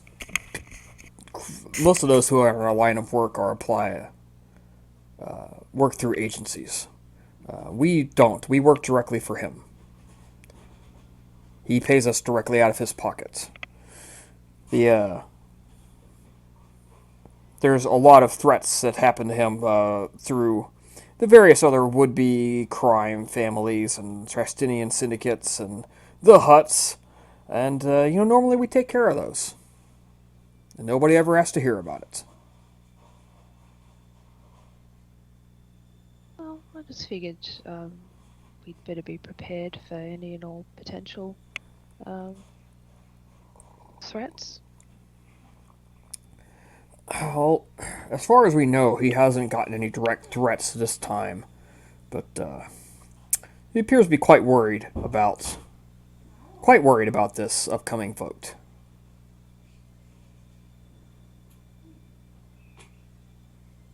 We'll do what we can.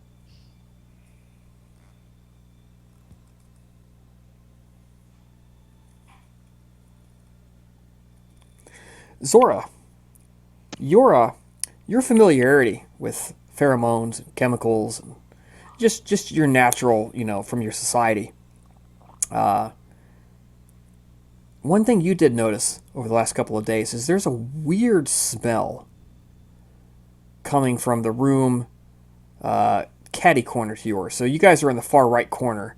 And up in the far left corner at the top, there's unusual odors that come out every so often that you've caught. It's just something that nobody else might catch, but you did.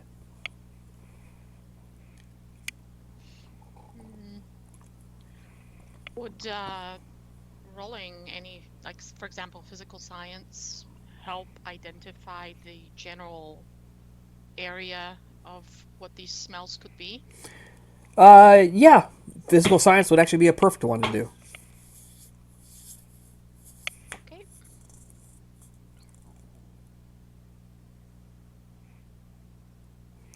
Yeah, with that roll, you catch... You're not sure what exactly is in there, but the chemicals that you detect, the smells, are usually indicative of some sort of drug. They're either cooking it or cutting it in there.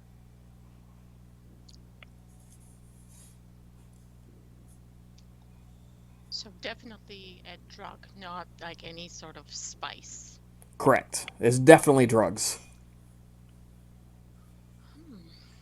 Well, she definitely try and share this information with everybody, but make it really hush-hush. Obviously, she doesn't want the other bodyguards to hear of her suspicions. And she'd kind of gesture to the general area with her eyes, kind of, it's over there, kind of thing. I'm assuming that this room is in some way guarded, or the door is kept firmly closed so that you can't see inside, right? Right. You've never seen anyone come or go inside of it. Okay.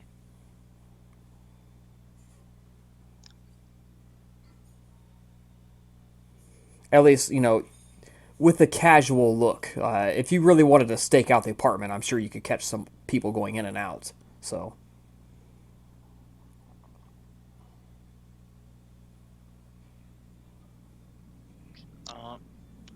Do you think it could be a threat? Worth one of us checking out? Is it possible they already know about it?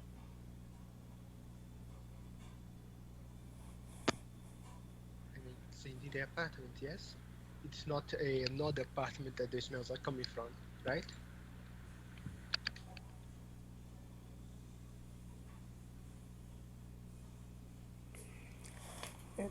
As best as you guys can tell, this is a normal apartment building.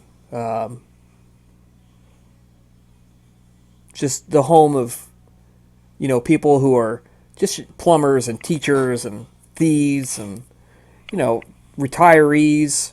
Seems to be a normal 22-story apartment building in a maybe middling section of town. It could probably be better, but it's not upper class and it's definitely not in the ghetto.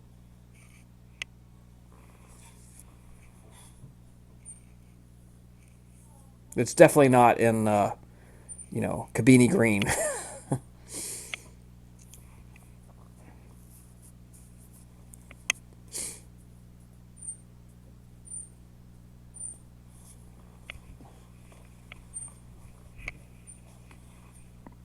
Well, I don't know. I just hope they're not using these chemicals that I'm smelling to build some sort of a bomb or something. I mean, who knows what's really going on? I think it'd be better if we tried and investigated this room. Maybe with someone small and someone that's not going to be overly visible, sneaking over there. I am large and tall. Well, slim and tall. Uh, Whatever. I, So, not me. I look to the Ewok and the Jawa. Yeah. Ewok will look around at the group and be like, "Ye Chihuahua."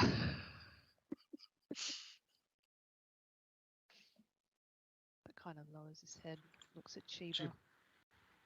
Chivas looks at first down on the day of being sent in to spy by herself. But as she sees uh, Rakang also being mentioned, Chiba picks up at the opportunity to once again prove herself better than her nemesis. Yes, yes, we can do. I can do it. Okay, we can distract the bodyguards for you. I mean, I think that Vlad and I can do a sexy dance, maybe. And she gives Vlad this sultry look. Actually, Blood just blinks with his old man face. no, Rakeng actually nods at Chiba, and you can see a slight smile appearing on his face because Rakeng really didn't want to do it. The one who wins gets 5 credits, and I look at between the king and Chiba. Rakeng's face changes and looks up at Arvalos. God damn it.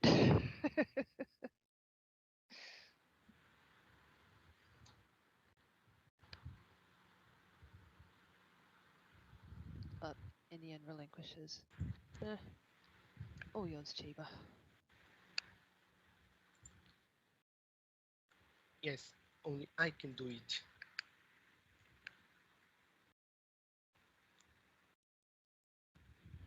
No one as good as me. So the king, you're admitting that Chiba is better? No, just could be dangerous.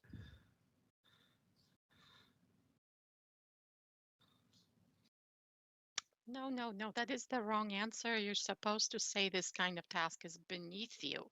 Okay, little one? Beneath you. That's what I meant.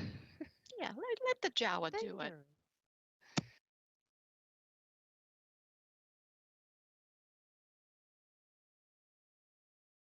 You're not helping, Zora.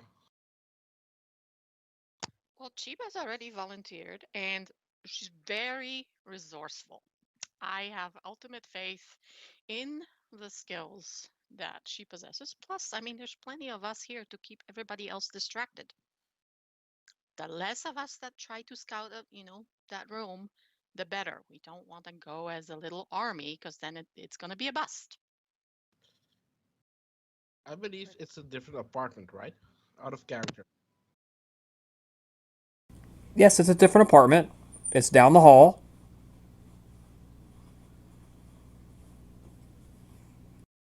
Rakang will look at Chiba and say, I will be available for backup if needed. Won't be needing backup, but if you need me to do, call to you. I have an OOC question. Sure. Would it be possible for one of the characters, say, to go out on the fire escape on the side of the building and try and look in through the window of that apartment? Yeah, you can do that. Not gonna lie, I was actually thinking that.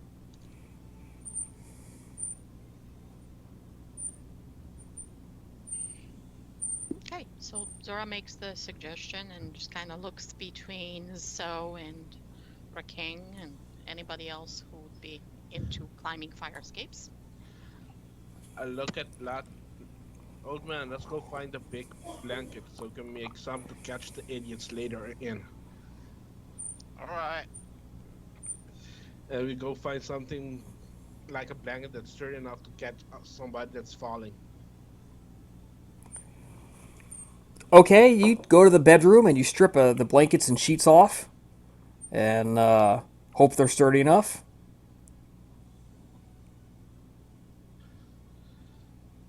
Okay, we're prepared. Who's going outside? So could try to sneak out there. Okay. Well, the fire escape door is not alarmed. It is alarmed, but it's long been defunct. The alarm does not work. So you open the door and you step out onto the fire escape. Seems to be in decent shape. It is of course quite dark out, except for the neon lights streaming yellow and orange and red and green down upon you in a shifting color pattern. As you step out, to your right is a couple of windows right there that you can look through. The sounds of traffic and city drift to your ears from both above and below. What do you do? I would get on my belly and low crawl over to the window and try to see if it's possible to peer inside. First one, and then the second one. Okay. Stealth roll first. Stealth.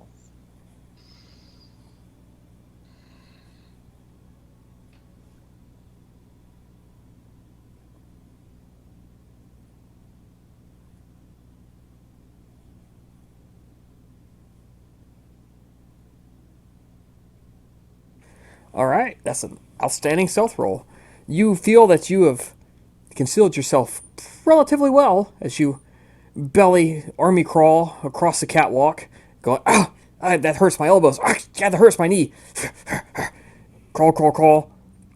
Poke your head up to the window. You can smudge a little corner clean. Try to peer through, and a perception check, please. Perception. Yes.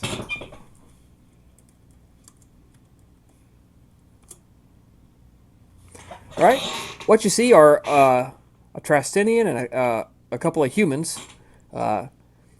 First off, the window itself is pretty dingy and dirty. You're peering through a grayish brown haze of chemical junk on the inside of the window.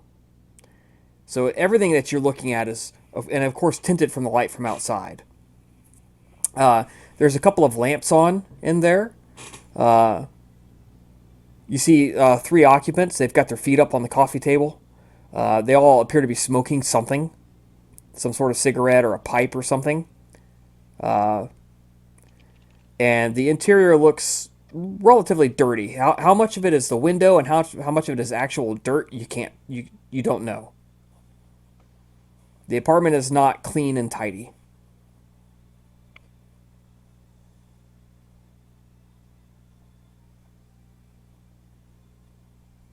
Okay. Yeah, they do not appear to be gearing up for war or anything, but there are a couple of weapons in there, and just near to hand if something were to go down. Okay, with that information, I would extract myself. Yeah, no roll needed. You extract yourself. I would come back to the room. I'd say, hey, it looks like a bunch of druggies in there getting high. They got a few guns. Doesn't look like professionals, though.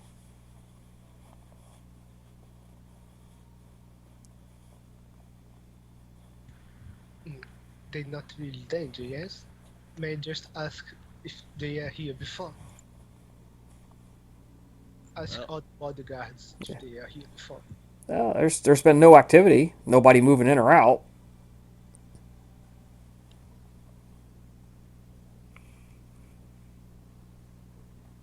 Obviously, we didn't do a background check on every occupant of the building before we showed up to the safe house here. Vlad, is that something you can do? Is it something I could do? Yeah. Look on a computer or something to see if you can find the owner of that apartment.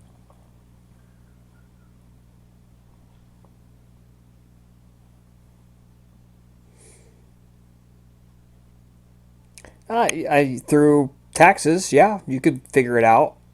Wouldn't take too long. Now, is that person living there? Yeah, less easy to tell.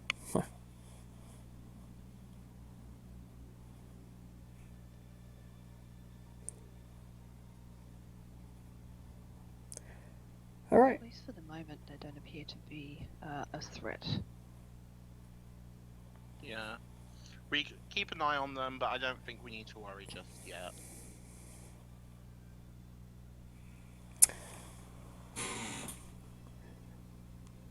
I need all of you guys to make perception checks, please.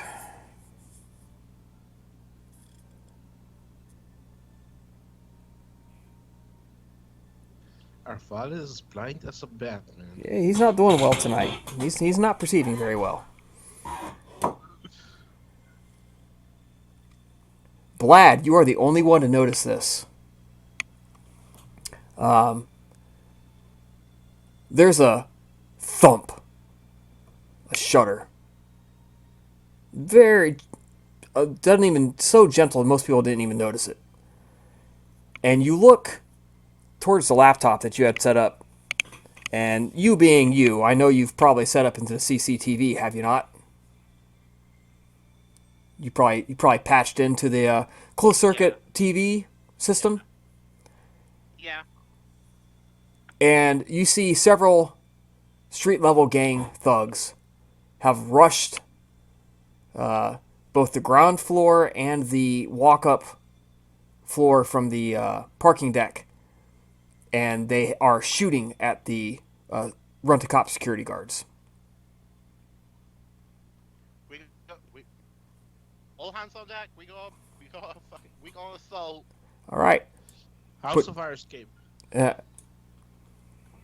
intact. But put your characters on the map and let's roll initiative. You guys are in the bottom right-hand apartment at the moment.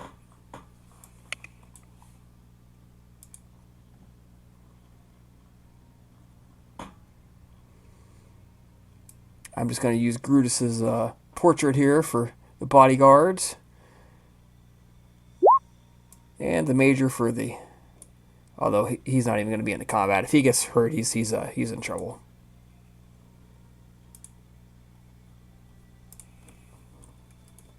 Oh, you said bottom left, yeah? Bottom right.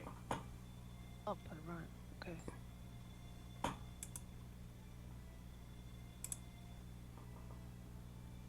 Well, that's why the bottom left one was different to the others. It's lit up a bit brightly, is about it.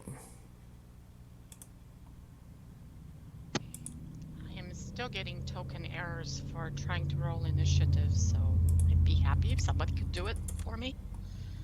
Sorry. No worries, just give me a moment. Shit, yeah, now I have to roll. Shit. I nearly forgot.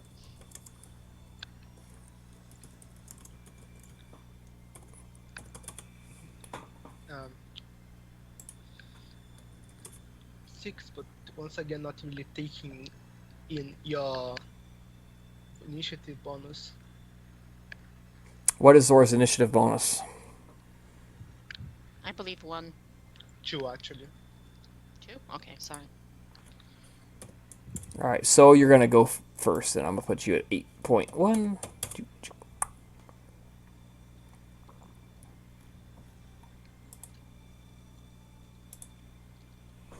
All right.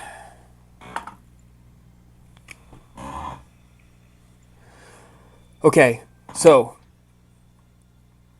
Blad, you've noticed it. You call all hands on deck. We got trouble. What you doing? I think my primary what I'm first going to be doing here is just getting info on how many and which places. Basically, just getting the lay of the situation. All right, you see 5 coming in the on about the 15th floor. So 5 have busted in, and then on the ground floor, about 14 or 15 are rushing in.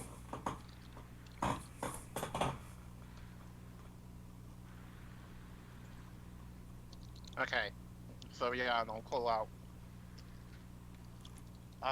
5 on 15th floor, round 15 at the ground.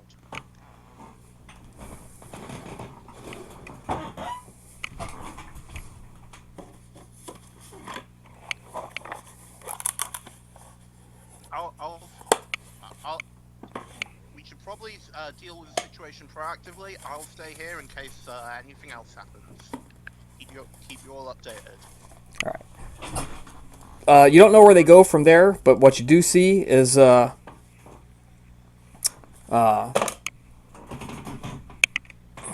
There it is.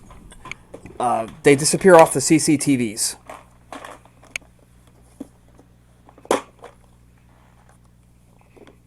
So they are on the move. They're heading in.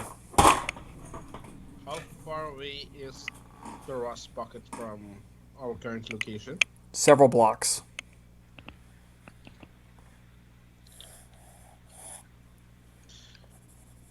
Who has weapons that is able for automatic fire? Has the rifle? Yes, did you bring your rifle? Carbine. The carbine, yes. So I would suggest the doors. Do they open in or out? They open into the hallway. Actually, no, I take it back. They open into the apartment because he's got the door wedged.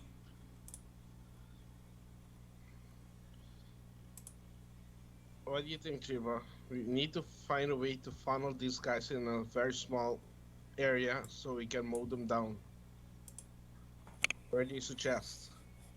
Because I believe the hallway is kind of suicidal, but it's our only option that I can see. Well,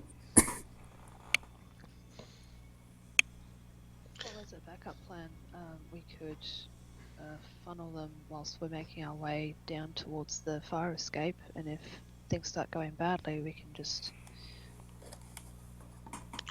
escape.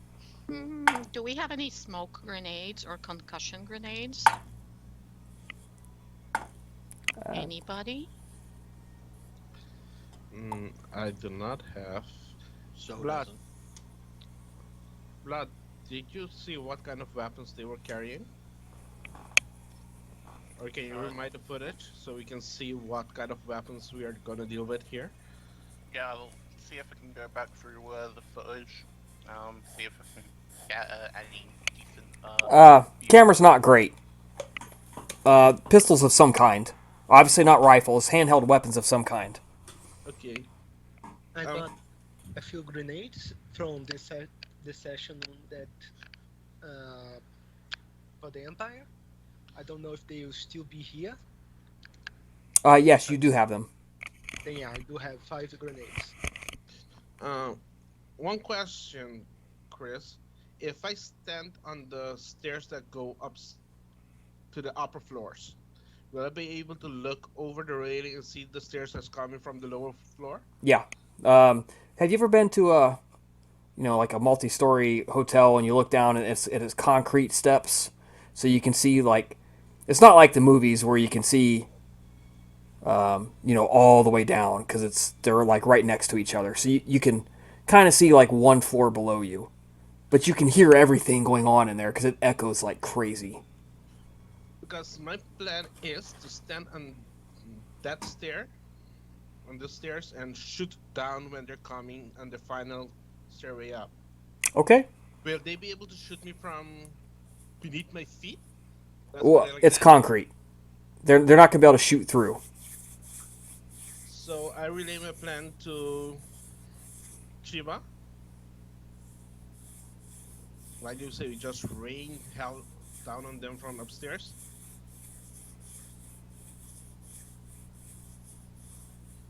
Darth nades and full out on them from upstairs. Understood. And I look at Rockin. Will you stand in the hallway to shoot anyone that comes through our hailfire? I can do that. Any better plans, anyone? That's what we got at this moment.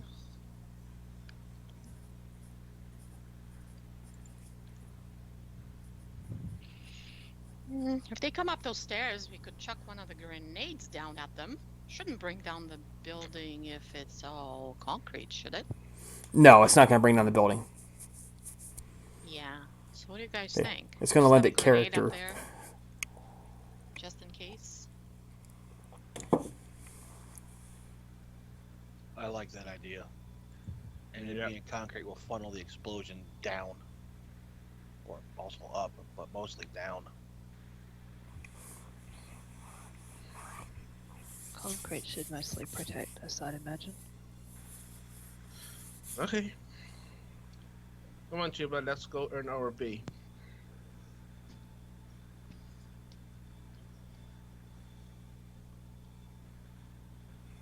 Oh, did we see any of them getting in the elevators? You're not sure.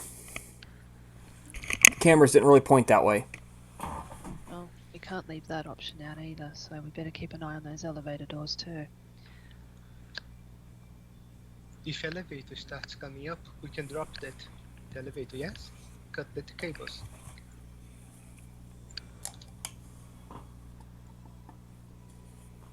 That could work. So somebody's gonna be looking at elevator, somebody's gonna be looking down the stairs. Who's gonna look at the elevator? Or maybe I will look at the elevator doors, and Chiba can look down the stairs and get ready to throw a grenade or something. And I'm sticking by our client, so to speak, and keeping an eye both on him and the CCTV. Can somebody please check on the windows, because it has happened in the past that people were abducted through the windows. Sure thing. Yeah. I can do that. And I say move the client into the refresher. It's the only place with no windows. Good Agreed. idea. But I believe it would be better if we keep him in the dining room, because it's not connected to a wall that it can blow open if they can. I'm presuming there's no kind of panic room of sorts? in this No. place? No, there's no panic room. Just thought I'd ask. There are in the windows of the living room and bedroom some very thick, like almost like blast screens of some kind, to provide extra protection from snipers and whatnot. So Might be a good idea to barricade himself inside.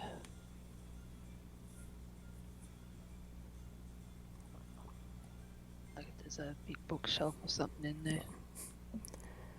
bodyguards just shake their head. No, you guys get out of here. Go take your positions. And you see them. They head over and they get a couple of great big slug throwers, big shotguns. And as they grab them, the cord on their suit snakes out and clicks in on its own, clicks into the gun. Then they start loading it with slugs. You see them grabbing a couple of spares and stocking up. Basically, they're gearing up.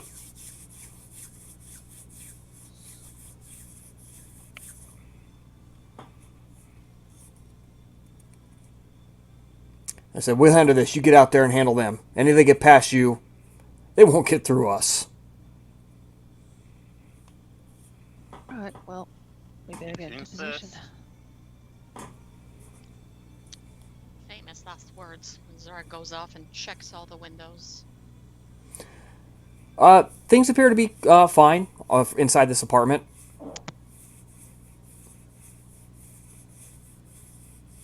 I see Arvalis, you position yourself at the steps. Chiba, you're going over there with him? Yes. Alright. Rakang in the hallway near the elevator. So at the door. Blad and Zora staying in the apartment? Yep. They're not going to argue with that. They can always use more bullet shields as far as they're concerned. What I was thinking of having So doing was actually taking position inside the door, so he's like half in, half out with his gun aimed down the hallway. Yeah, that makes sense. Makes perfect sense. Anybody that gets through the three of those guys, you're going to have a line of sight on them before they get line of sight on you. Exactly. All right. Several minutes go by. You don't really know what's taking them so long to get up here. Anybody who wants to could make an intelligence check or a tactics check. See, a tactics check would probably be a good idea.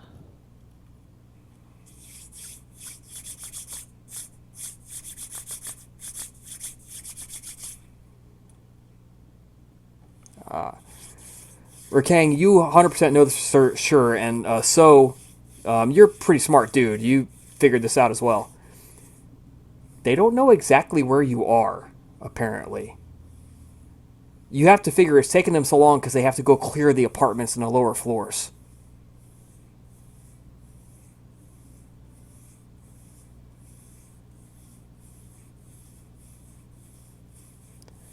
So, several minutes go by, 5 minutes.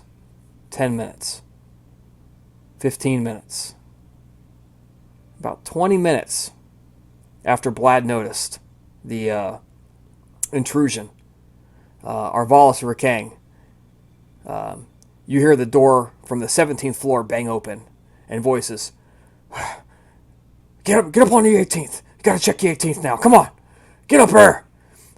And you kind of look over and you can see some shapes in this dark hallway, streaming in. Light from the 17th floor streams out into the stairs. They haven't looked up yet. They're headed up. So they come out and they climb the steps. They make a first turn. They start coming up the second turn. You now have a clear line of sight on them. You have the drop on them. Surprise round then? So yes, Chiba and Arvalis. Chiba first, actually. So if they come up, Chiba's going to toss a grenade down the stairs. Okay. Roll damage. Whilst this is happening, have either of the elevators moved? They have not. Okay. All right. Chiba, you go. You just put the pen in your teeth and just drop it down the stairs. And it goes, and you hear a, what the boof? And there's like a scream, and there's a deafening roar that comes out of the stairwell. You 100% know everybody heard that. If somebody's in a stairwell, they heard it. This roar of sound. Woof. and explode, and a cloud of dust comes up, billows up out of there, followed by a couple groans of pain. Oh, oh, they got, what the heck, man? They got Nick. Oh, Jesus. And poof, door bangs shut behind him. You guys shine a flashlight down there. There's 2, maybe 3 bodies blown to bits. Blood everywhere, chunks of flesh, just splash it, just gore. Yeah, perfect grenade shot.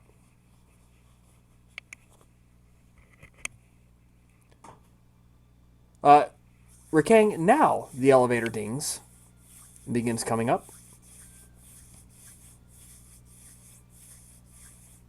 Then it stops. And so you're just still watching the elevator move. Not much on your end. Until you hear the explosion and roar.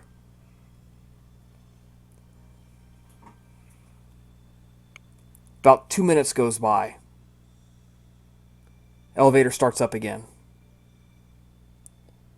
And then it stops and dings on the 18th floor. Oh. Can you hear me? Yep, I can hear you now. Oh, okay. Sorry, my Skype appears to be lagging a bit. But I was just going to say, how much time would Riking have had to consider crawling up on top of the elevators to try and sever the cables? Do you want to do that before or after the action starts? Well, he probably would have considered it as soon as he saw them. Oh, not. Well, you don't have your mechanics kit with you, which is a problem for severing cables. Give me a strength roll to pry the doors open. Well, I'm just trying to remember if he had a frag grenade left. I think, because didn't we all get one from one of the previous sessions? Chiba, you tell me. Did you give Rikang a frag grenade? From your stash?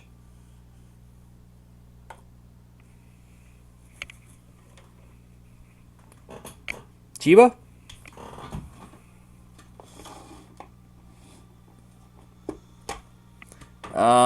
Chiba is not responding for some reason, so I'm assuming yes. Okay. Well, I'm thinking what I might do is just wait until the elevator doors open and then try and pull the grenade and then try and time it to Okay. throw it through the door as it opens. You have a grenade? You waiting. Elevator dings. The doors. You recognize that split-second signal. They're about to open. And as soon as they part, what do you do? I've also just realised I don't have any of the stats for the frag grenade. Is there a separate sheet for it? Frag grenades are 4d6 plus half of your level, and you roll as the roll is athletics or acrobatics. Sorry, acrobatics. Acrobatics. Roll it in there.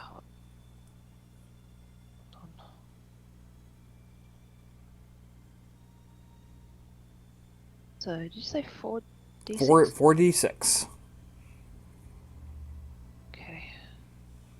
Plus. Man, my brain's not working today. 4d6 plus 2.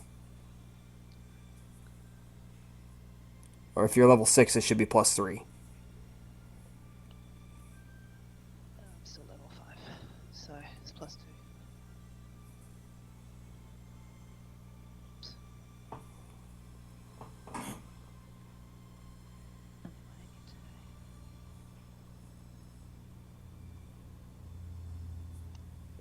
Not good. Yep.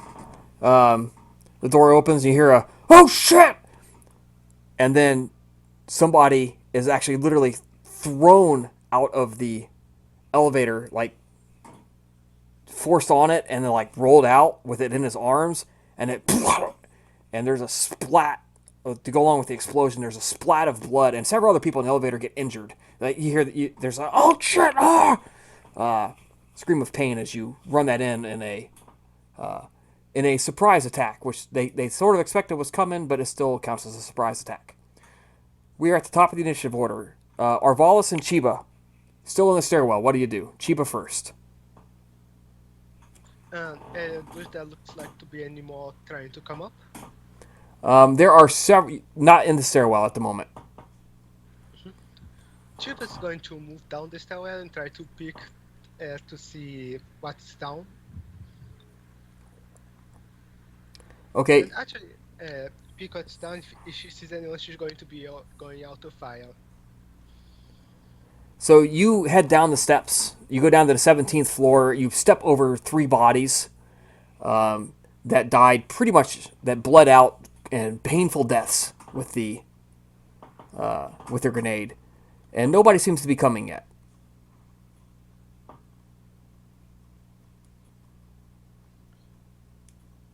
In that case, I would go over here, keep an eye on the elevator door and in the stairwell.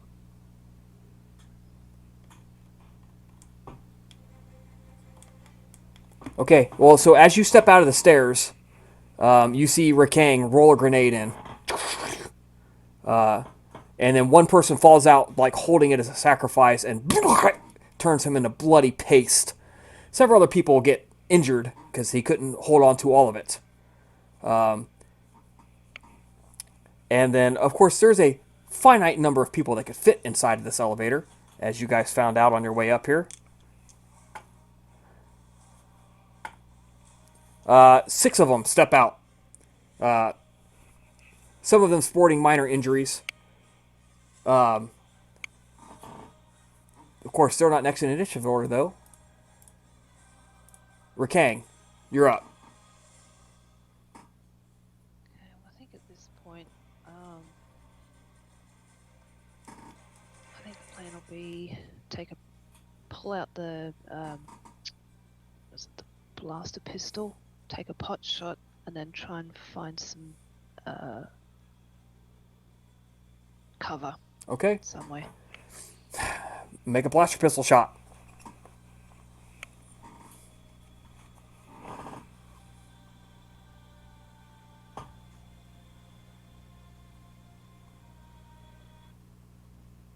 One sheet.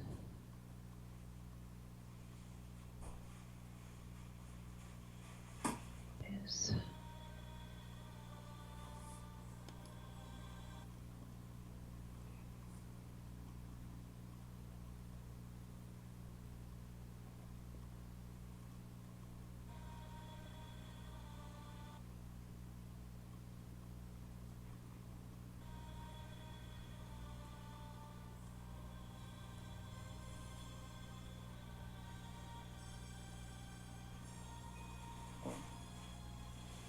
All right.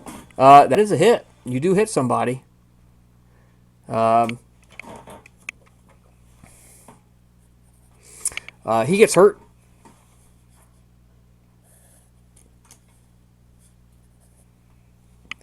But he's still up. You hit his ribs. He's like, and as he there's a smear of blood as the flesh on his ribs smokes and comes out. Arvalis, you're up. actually, how close is the nearest cover? Out of curiosity. So you fire. You didn't move, so you get a move now. The nearest cover would be the apartment you're standing next to, but you're gonna have to bust open the door, unless you retreat all the way back to yours, which you can. Thinking that's probably the go, because at least that door's already open. But I can only move part way there at this point. So I think I can only move 4 squares, is that right? Yeah. 1, Yeah. 2, 3, 4.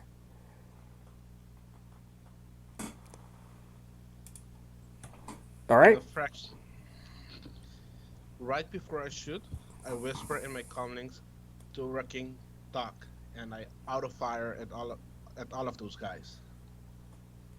Okay, so you get one. There's one guy that kind of is a little bit out of the elevator, and the angle you get, you kind of put it right here.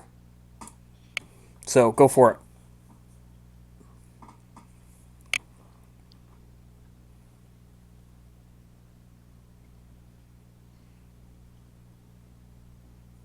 All right. With a natural 20, you aim it perfectly, and you just unleash hell. You just 4 people, 4 headshots. A bunch of them miss, but you get 4 headshots, and the one guy that Rikang hit, and 3 others fall down, dead instantly. Then I will retreat more in the corner, right up the stairs. Where I can use the stairs to run up if I need to run away. Well, the door is actually on the right hand side here. Oh. If that's the case, I'm running. So on the left side is going to be the door to the lower floors, right? The door to the open the stairwell is right here. Okay. Then I'm gonna hit the floor and wait it out. Okay.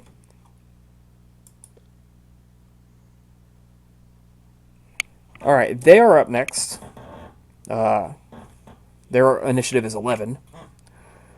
There's not very many of them left. 2 guys step out, and they both turned where the auto fire came from, and they open fire with their blaster pistols.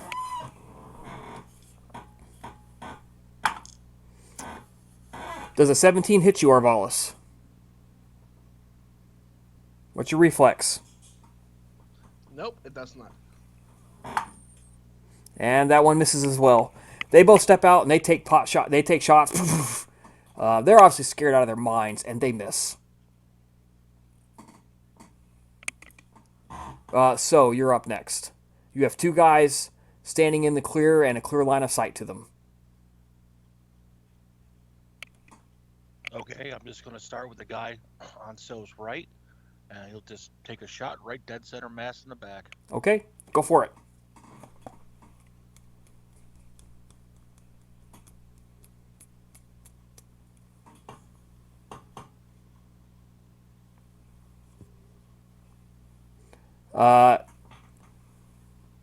That's actually going to miss.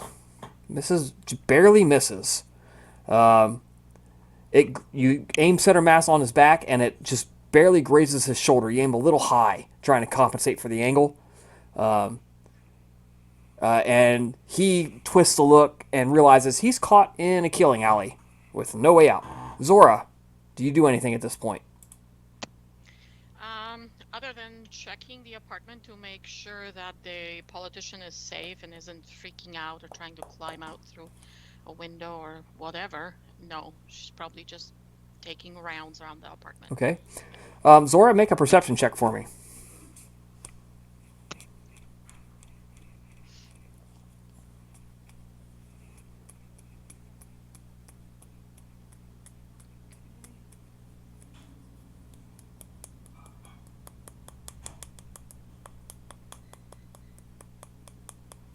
Nine. Okay. Nope, you don't see it. That's okay. You're too busy doing other things. Blad, I need you to make a perception check for me. We are now back to the top of the turn order.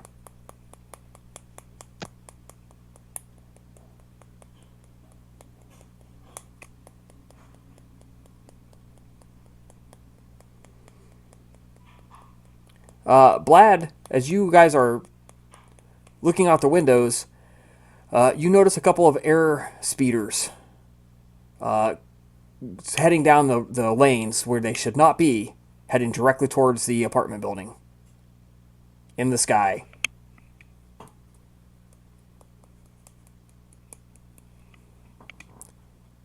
The bodyguards don't do much right now, this very second. Chiba, you're up next. Sorry, I Let's- just want to make note that Vlad will give a update through comlink to everyone. We got a couple more athletes heading towards the building. Do she say from where they are coming from?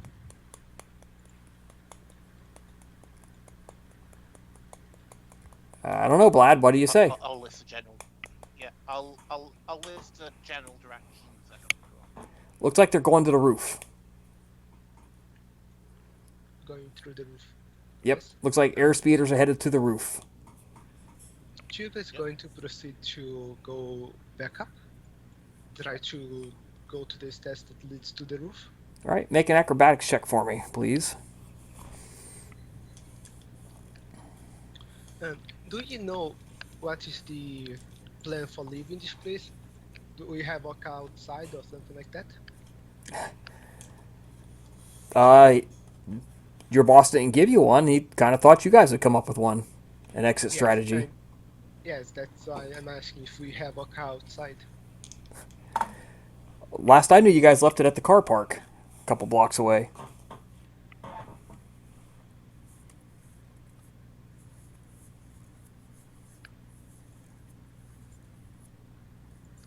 Would it be fair to assume that perhaps the bodyguards or the politicians have their car around? That would look suspicious if they did. Might draw unwanted attention. Well, shit. Chiba, you parkour up the steps, and you are just inside the doorway at the roof. You are at roof level, just inside the door. Chip is not going to open the door.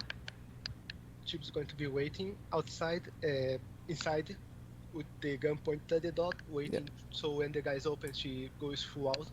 Yep, so you're right here. Right where?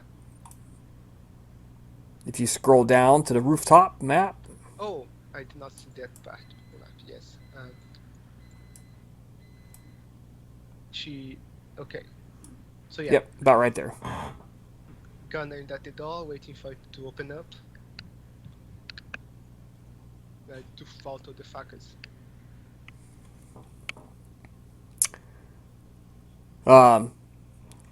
Rakang, you're up next. The two bodyguards are following Chiba up to the roof as well. Okay. How many do we have left? There's two people standing in the hallway at the moment, plus however many were not able to fit on the elevator, which is dinging shut as you fire. Oh boy. Which means we have to take these guys out quickly and figure out what we're going to do next.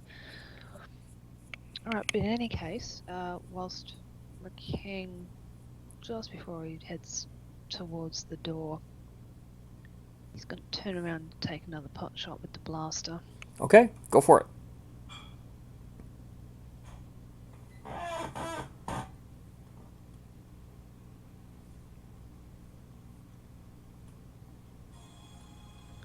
He's going to try aiming specifically for the head, just in case that increases the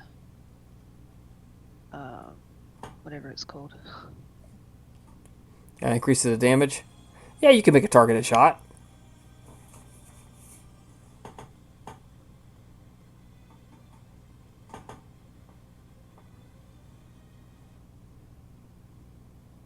That'll definitely hit. One of them, his head. You turn his head into a canoe. He's down. Arvalis, one guy left.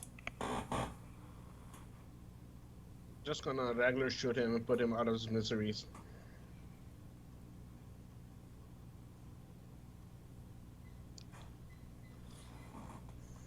And that will all hit as well, and that will also kill him. He's done. Boom! He goes down as well.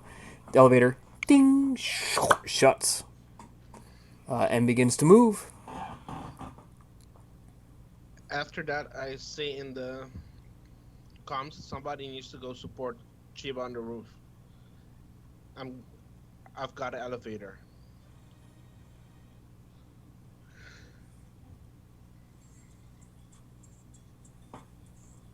Are you going to be able to handle the elevator on your own? Um, there are two of you standing, right? You and so, right? One of you can go upstairs, and the other one can support me down here. I'm happy to stay where I am. Well, I guess I just got volunteered to head upstairs. Sorry, man.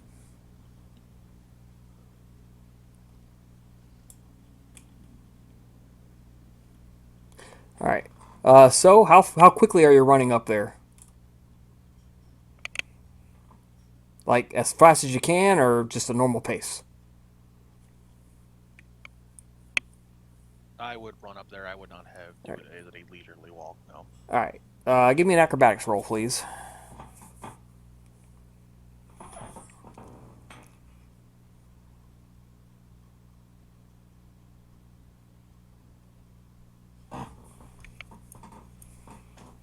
All right. You make it up to the 20th floor.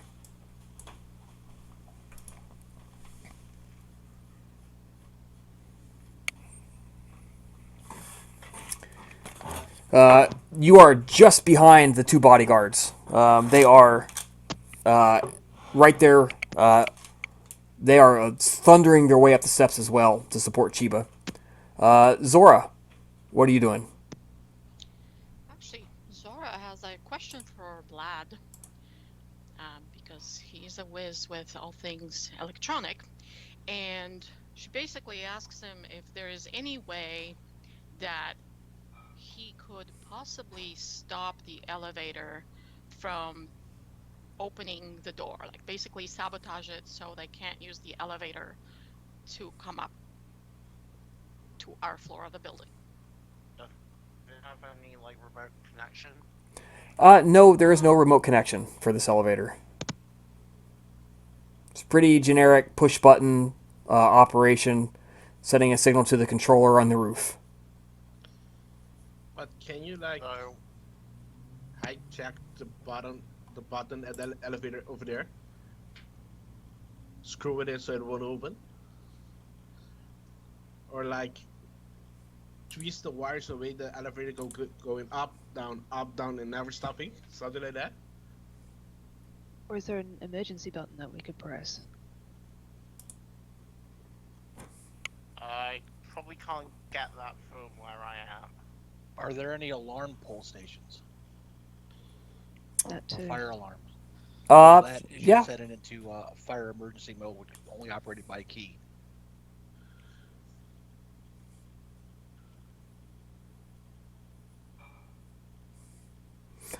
Yep. So, Vlad, while you think about that, how you're going to disable that, the combat does continue as you are shouting back and forth, trying to figure out what you want to do. Unless you know exactly what you want to do. One final question. Would it be possible to, as someone brought up earlier, try to get a link to one of those air speeders? No. It's going to take time. You'd have to get up there to them. So. Okay.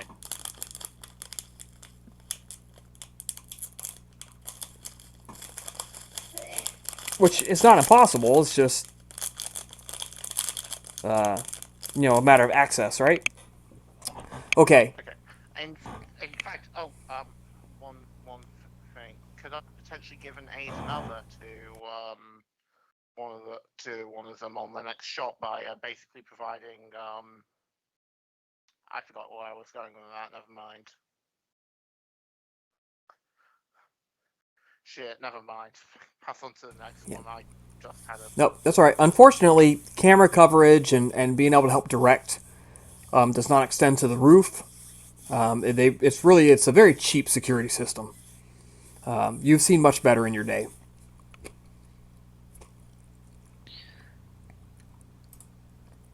All right, Chiba, the two guards come thundering up behind you, and they take up positions.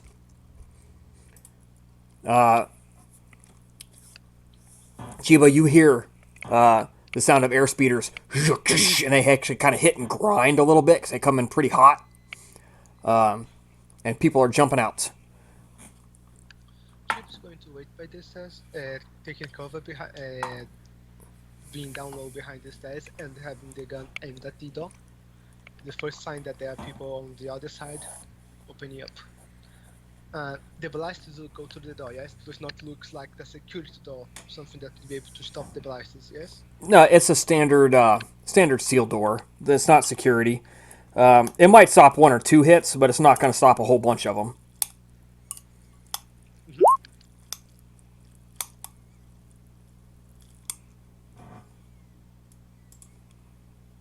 They are holding action, taking aiming at the door, or at people that open the door. Does Rikang see a fire alarm button near them anywhere? Yes, there is. Yes, Rikang, you are next in the order, and you do see some fire alerts. If you want to pull one or signal. Can he reach them? Yes, you can. Okay. Well, thinking on his feet, he figures he'll race over and pull one of them.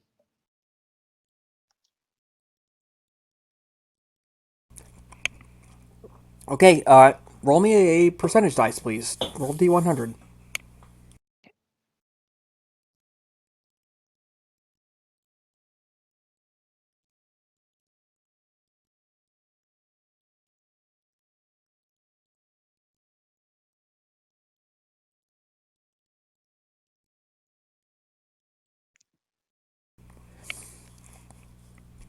The local alarm does sound, but Blad, you do see that the signal has been intercepted. It does not leave the building. It shut the elevator down, but it is not calling help.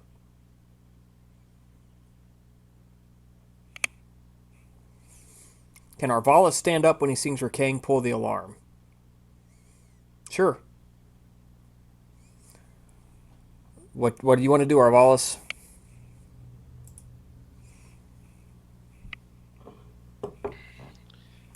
Do I know that the elevator has been stopped? No. You guys are making an assumption that it's going to stop. If that's the case, I'm thinking gonna head up the stairway as well, or stand near the door to the entrance to the stairways. Okay, you can go stand near the stairway. No problem.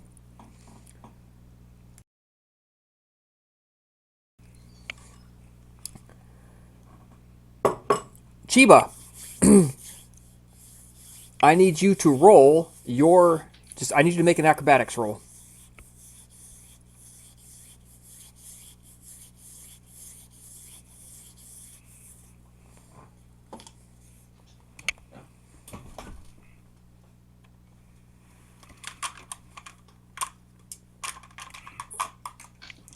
$14.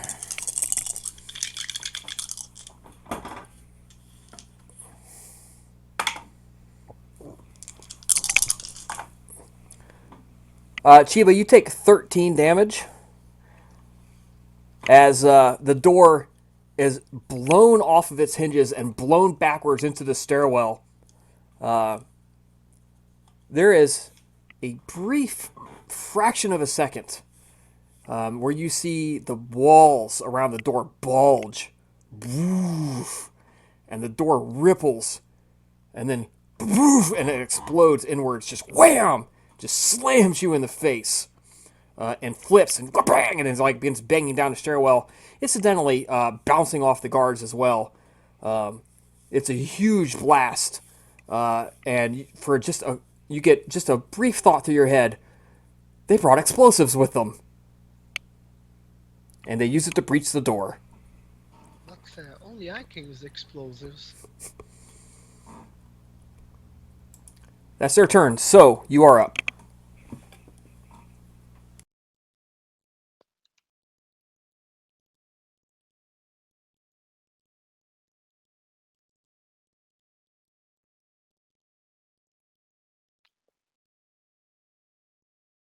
So, can you hear me? It helps if I unmute my microphone. Um, would he be far enough up to see this blast, or would he just hear it? You definitely heard it, and you see the smoke and dust like come rolling down the stairwell. Okay, so I would continue up. Do I need to roll acrobatics again, or would we just use the old roll? No, you don't. That was to see how many floors you got up before the end of the round. Oh, okay. So Um, you're I much would say, closer now, so you're good. okay, well, I would get up there. Is Shiva knocked down, or because if Chib is knocked down, I Yep. would try to pull Chibber around the corner of the stairs out of the line of fire. Yeah, the door is like Chiba's been knocked on his ass or on her ass, and knocked several steps down.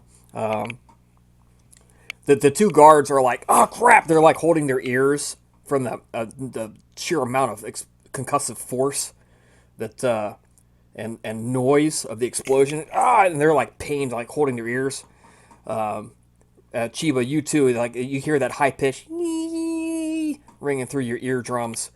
Yeah, so you can definitely reach out and grab Chiba and pull her back around to safety, just to make sure there's no follow up shots coming in. Okay, then I would do that. Well, do I need to roll? No, you don't need to roll anything. Oh, okay. And Zora. Yep. No, sorry. Go ahead. They're not like in view of the in the doorway yet, right? There's a massive cloud of smoke and dust at the moment, so you can't see anything. Okay.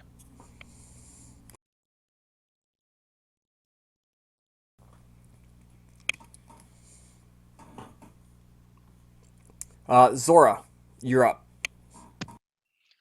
Yeah, well, at this time, since we can't really fudge with the elevator door so much, I think she'd just move up to be next to the door there with our little Ewok and reinforce her position for the time being. She's got her blaster out and ready to go, but no further action at this time. Okay. Back to the top of the turn order, Blad.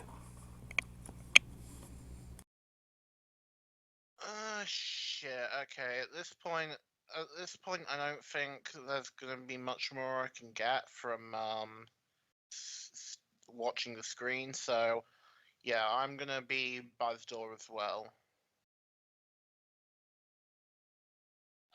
With blaster at the ready.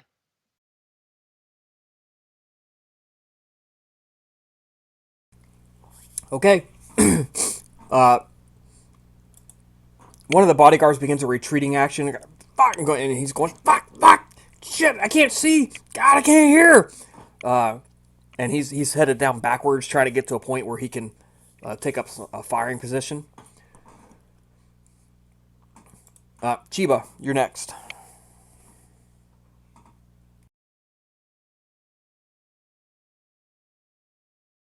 Being pulled back behind, Tube's going to proceed to try to pick us again.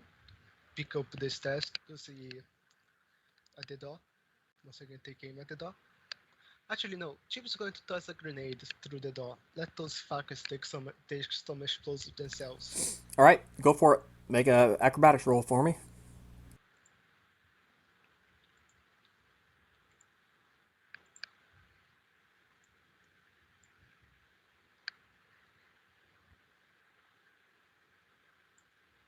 And roll damage, please.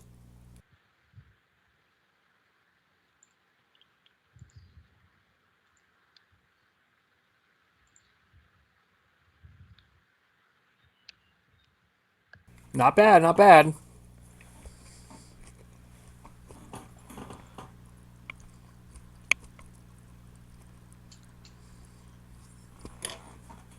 Where'd that character sheet go that I just had open? There it is.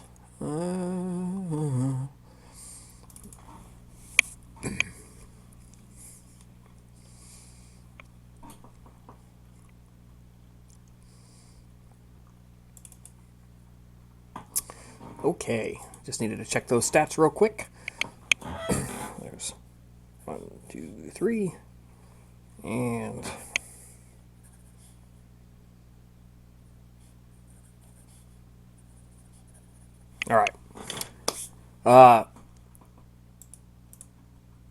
Yeah. Rakang, you're up next.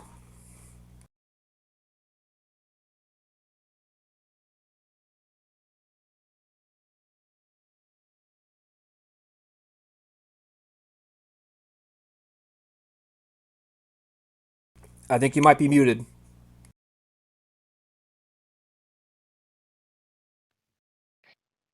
That helps. Um, yeah, I'm actually wondering if it might be worth getting as close as he can to the elevator doors to see if he can hear anything. To give me an indication as to whether Yep. or not he successfully It's not moving. stopped it. You can get right up close and you don't hear anything. Okay. So with that in mind, he's going to take up a position near the stairs with Arvalis. Okay, you can do that. Next up, the up on the roof. As you guys are in there, you see there's a shape, a swirl in the midst of the smoke and the debris, and a shield, a shield of some kind comes around the corner. It's a physical shield, not an energy shield. It's got cracks running through it. It's already took something of a hit, and it comes right up, turns around. Who's the first person they run into? So or Chiba? Probably Chiba, because you threw a grenade out there, right? Yep. Yes. The shield turns the corner, and it's a human. And Chiba, what you see is a soldier of some kind, dressed in thick armor. The soldier has the riot shield that it has is got some cracks and stuff in it already, and there's little runners, rivulets of blood where some of the frag grenade got their shins and stuff. So it's been injured. It's wearing a helmet of some kind with a visor and a mic across the front, and it's got a blaster carbine around the side. Extended. It's set up to use one-handed. Now, you use a carbine. How much damage does the carbine do for me? If you can tell me that real quick. 3d6 or 3d8? It is 2d8. 2d8. I think. 1 second, let me just. It is 3d8. 3d8. Okay. Yeah. So they've got it folded up to use one arm. And they've got it set as full auto. So that's a -5 to attack. All right. So take 19 divided by 2, so you take 9 points of damage. So Chiba and one of the security guards does. The second guy behind him, it's pretty narrow, so all three of them, they're trying to crowd in right behind each other. They're actually lending each other their own force and weight to force into the hallway. And the second one reaches around and he just sprays. It's a spray and pray.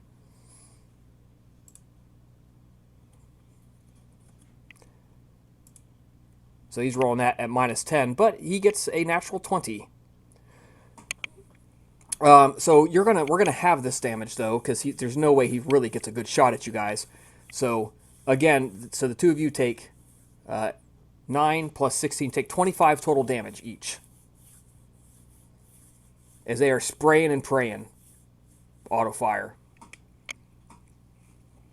But that's all they got, as they force their way into the hallway. Boom, boom, boom, boom, and they're using their combined weight to begin forcing their way down and just blindly shooting in front of them, trying to clear the way. Try to get you guys out of the way. Arvalis, you're up next.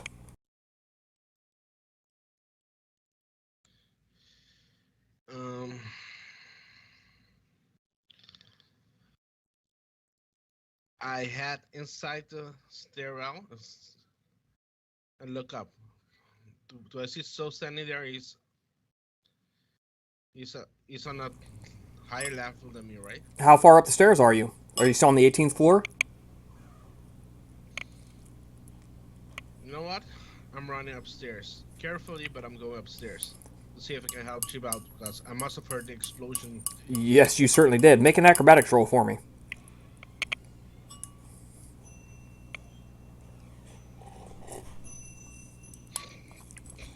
Unfortunately, you only get up one flight of steps.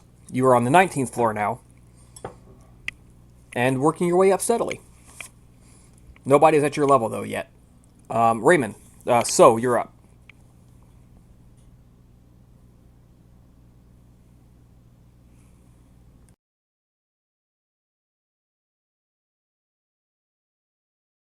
I believe you're still muted. Damn it. So I got three guys coming down the stairs. First one with a ballistic shield. They all got blaster carbines, and they're hosing the stairwell with fire. Yes. Is Chiba down again or still standing? I believe Chiba's still standing. Well, I would tell Chiba to get the hell out of there. I'd pull her back if necessary, and I would grab the comm link and scream into it, saying we have assault troopers coming from the roof. Yeah, you guys definitely hear that. Because there is no way in hell a small blaster pistol is going to do anything against that ballistic shield. Yeah, you retreat down a couple of levels. You're going down as fast as you can. Headed down, and you see Arvalis on his way up. What do you say as you pass him? As you're screaming, "Blood! Assault troopers are on the way down!" And you're covered in dust and then debris, a little flecks of blood as you pass Arvalis going the other way. I would tell him to cover us as we go down and then retreat behind us. Because there is hell following him down the stairs.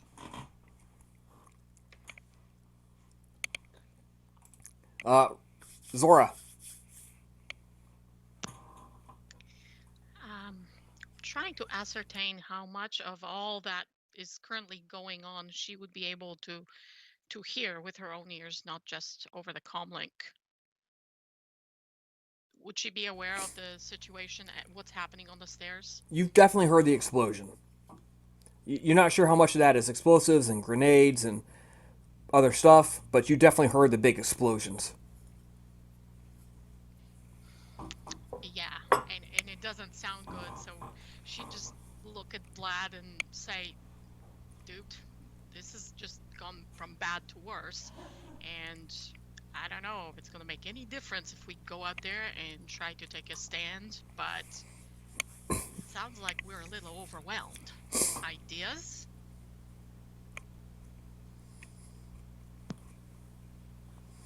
Well, Vlad, you're next in the order, back at the top, so what do you got to say? Okay, what's the path to from our room to the fire escape look like? Straight shot, nobody in the way. Okay. We should rush for a fire escape. There's no way we can hold this position. Who was it that peeked in through the window of the other apartment before? It was so. Okay, so gonna go on the comlink to So. Hey, So, there was a Trustinian in that other apartment, wasn't there? I believe so, yes. Do you look at all like our client? I don't know, did he? Tough to tell. Pretty skinny, though. Maybe, possibly. I would pass that on. Okay, if we can figure out a way to make them think that that guy is their target. In fact, okay.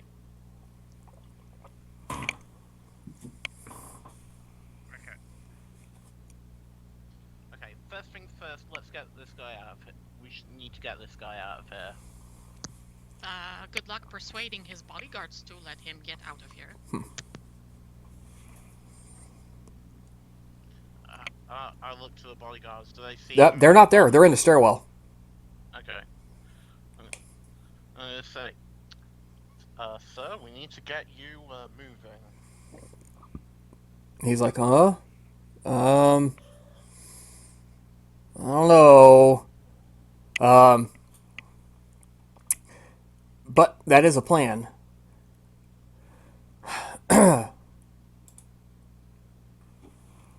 Finally, with an enemy in front of them, his bodyguards get a chance to start opening up. They have parted to allow Chiba to get behind them if she wants to. And the two of them are going to take their actions at the same time.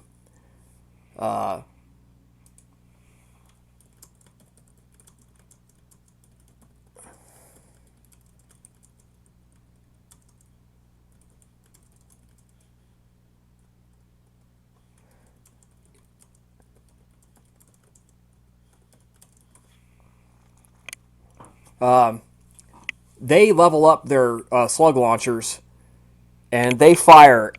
And instead of just a slug coming out, they've launched some sort of flame round into it. And it punches through the riot shield and pulps the head of the lead guy. His head just explodes.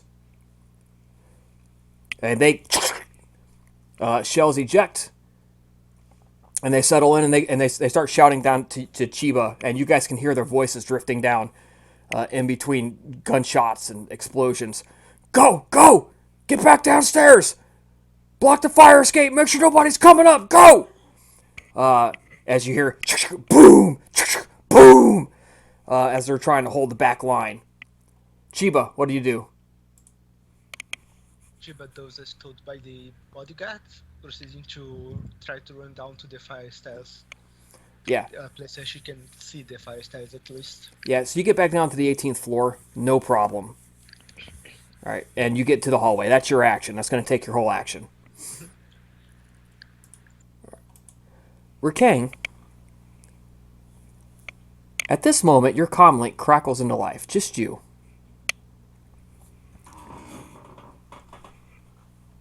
And it says, a voice comes over. It says, Rikang, this is Pantoran. Are you ready to accept my offer?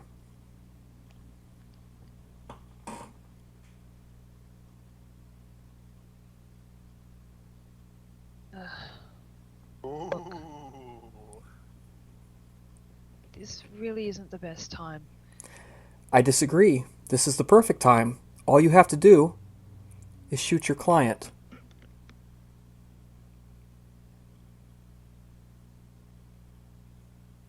Client? Shoot the politician. The politician. Yeah, but that's his response to her. What do you... He's playing dumb. Oh, okay, I get it.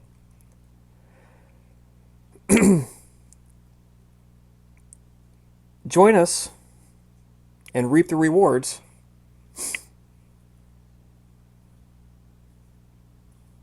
Or stay there in the killing alley and be the boar.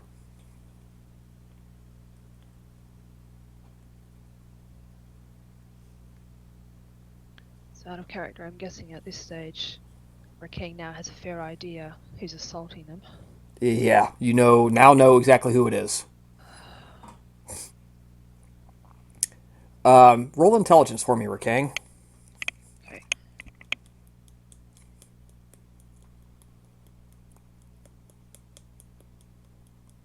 In the meantime, I think he's decided on his answer.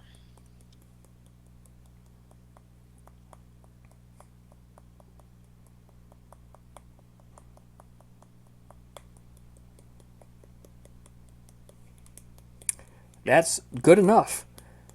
You are struck by inspiration. And you grab that spear that the Pantoran gave you. You hit eject, and you pop it apart, and there's a tracking device in there. Of course. So, you're up. What do you do? King sighs, first of all, realizing that he's gotten them into a bucket load of trouble. And figures he has to try and figure a way to at least try and fix this.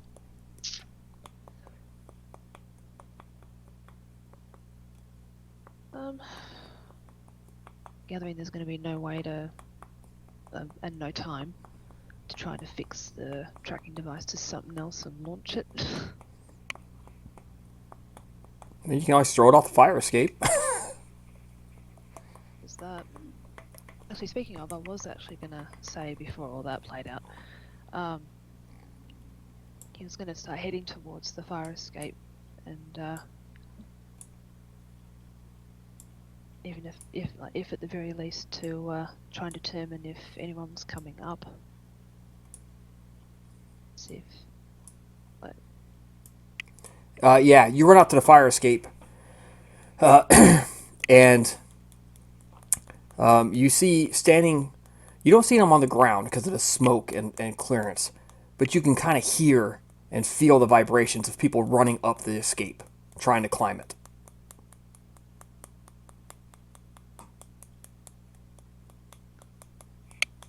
That's certainly not the way down.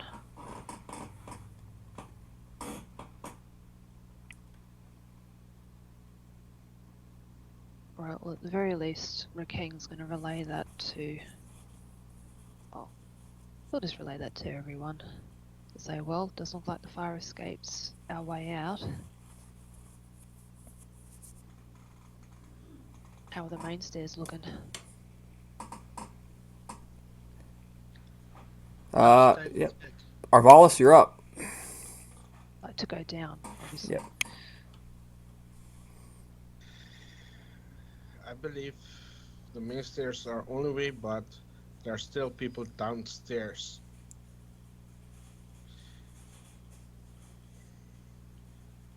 So if we have to go through the main stairs, we have to go fighting.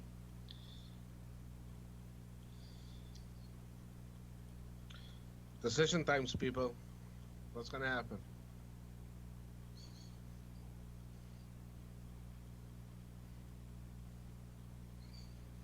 Do we have any climbing equipment?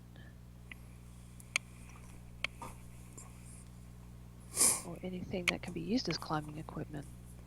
I think some of you guys do in your survival packs and backpacks and stuff, do you not? Yeah, the hooks from the utility belts. And there are windows. We can smash one of them out. There's an alternative escape route. Hell yeah, that'll work.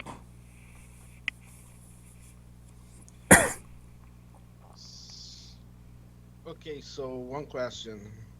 How far is it from our current height to the floor? 18 stories. So would the liquid cable dispenser be sufficient to hit the floor? How much is in the liquid cable dispenser? Let me check online.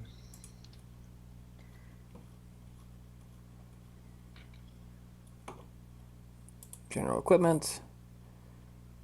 That's not it. Survival gear. Ration pack liquid cable dispenser. 15 meters. A standard. So that will not get you to the ground, but that will get you down. Standard floor is about 3 meters, so it gets you down 5 floors. So in that case, you see Arvalis running past her king, giving her a kiss, and going for a window to, going back in the apartment and tell the guys that's what we're going to do.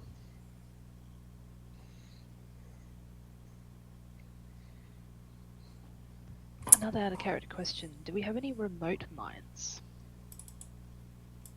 I don't think anybody does. No, because I was going to say if we did, Raking had another idea. Setting it somewhere out of the way of us, but that can be triggered when the bad guys come along and attach the tracking device to it. Okay. So, Arvalis, you are setting up liquid cable dispenser on which window? Where at?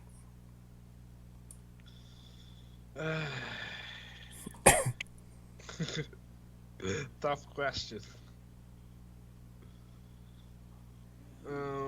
You think fast. Which window? The first one in the living room. Okay. So yeah, you're getting the stuff and you're setting it up right where Blad had his computers and stuff. Okay. Yes. So you're up. You are back down on the 18th floor at this point. And I think you're muted. What are my options other than covering the stairs? Your comlink chatter is going crazy. Arvalis and Rakang have Rakang's mentioned climbing gear, and Arvalis is like, "Oh, we got liquid cable dispensers, yeah!" And he's run back to the apartment. Okay, I guess I'll go back to the apartment if that's possible. All right, so you're not going to quite make it in time, but you can sprint over there. Well, no, you can. 1, 2, 3, 4, 5, 6. Yeah, your whole act. You get in there. Sorry about there. Yeah, Zora. Yeah, she's at this point in time getting a little unhappy with the whole situation because, well, spoiled little rich girl. She just cracked a nail on something, and she's just looking at this politician and then looking at Blad and wondering, like, why don't we just like throw him as food to the dogs? Why are we doing this? And she's just kind of staring at him like, I really want to shoot this guy. Just, I don't care where. Kneecaps, elbows, ass. Just let me shoot him. I broke my nail. And she shows him her middle finger where there's a crack on the nail. She's not telling him off, just showing the nail. She's got her blaster drawn, so obviously she's ready to shoot this guy. What? Do I hear any of that? Oh yeah, well, you're in the apartment, so I would imagine that you can see her just being very volatile and pissed off. This is not what she signed up for. She only went along because everybody else said to do it, so... And now she's had enough. Explosions, death looming overhead. God knows where the Jawa is. She hadn't even seen her in over half an hour. So she's losing it. So the politician looks at you, Zora, and just very calmly says, "No matter what you do today, they're going to try to kill you. Just to tie up loose ends." Wow. Thank you, Captain Obvious. I've had people after me since I left my freaking homeworld. How is this any different? Don't waste any time on me. Go save yourself. All right. What do you think, Blad? Should we leave this quad here to rot and just say ourselves, or what? You gonna come with us or not? He looks at you guys. I think I'll wait for Shane and Sean to get back down here. They could be dead. You realize that, right? He opens up a device. According to their heart rate monitors, they're alive and kicking. Oh, you little cheat. What else are you hiding from us? How about maybe you know how to unlock these devices over here that they had, the grenade launchers or whatever? Sure, I know how. We could do a lot of damage with those, Yeah, get your boss to fit you with a DNA locking mechanism. Oh, for crying out loud. Blad, if you don't shoot him, I will. Please don't shoot the client. If you do, you're gonna have to be the one to explain to our boss, okay? He is a complete and utter ass, and we are running out of time. Also, you seem like... forget. Hey, look.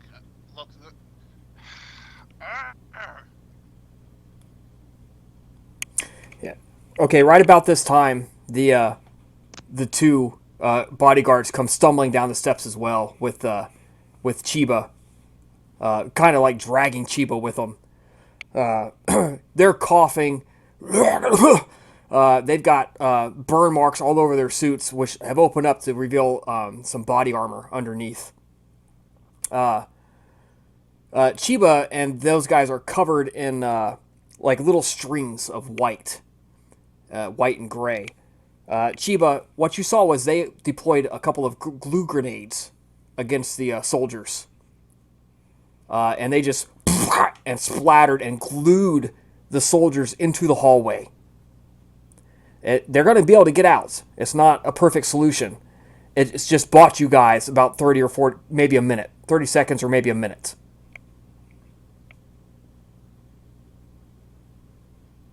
I say we drag this guy out of here and go. Try and reach the fire escape. Yeah, Rakang, you absolutely got that.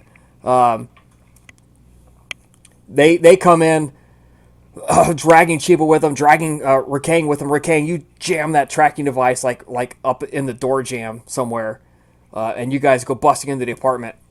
And they look and they see you guys busting out the window, and they're like, "Good, you've already caught on to the idea."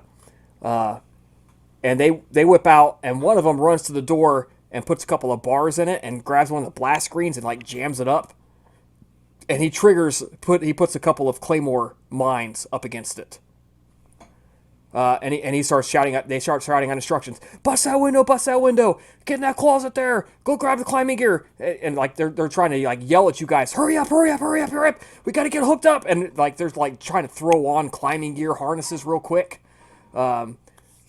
Anybody following their lead? Arvalis, you are already on this. You already had the same idea.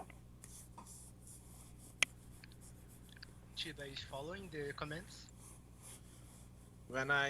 Is Chiba badly hurt? Mildly so. Okay. If that's the case, I will go first then. See how far I can go and maybe jump through a window or something like that. All right. Roll me a climb check, please.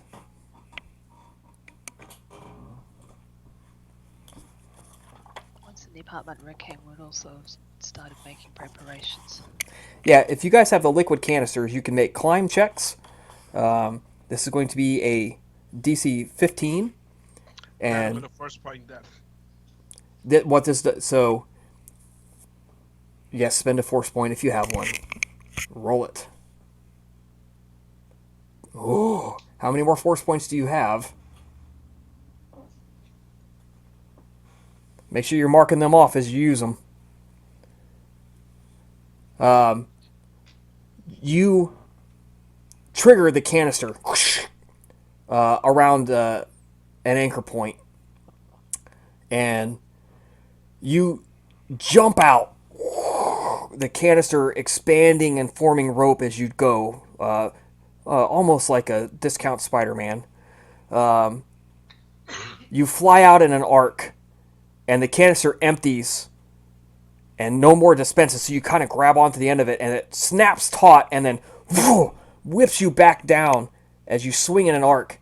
And just at the last second, you feel like, oh no, I'm not going to make it, I'm not going to make it!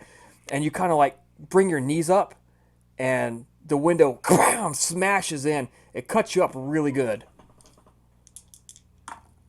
You take 9 points of damage as you smash through the window, 5 stories below you. You are now on the 13th floor. And we're going to make a... Yeah, your liquid rope canister holds. So there is a line of liquid, now semi-liquid steel. So you're asking about going down the fire escape. As you run to the fire escape to look, you see heads begin appearing as people are climbing the fire escape since the elevator's out. And they got mowed down coming up the stairwell. They're coming up the fire escape. However, your climb roll will be much easier since you're not riding the wave of a liquid rope canister. So, all right. Well, so you are welcome to go running down the steps. Make an athletics roll for me. Arvalis, yes, people can use your rope. Their climb check is at DC 10. to climb down the rope. Anybody using a rope can climb down, and anybody who wants to follow so can climb down, or can go down the steps.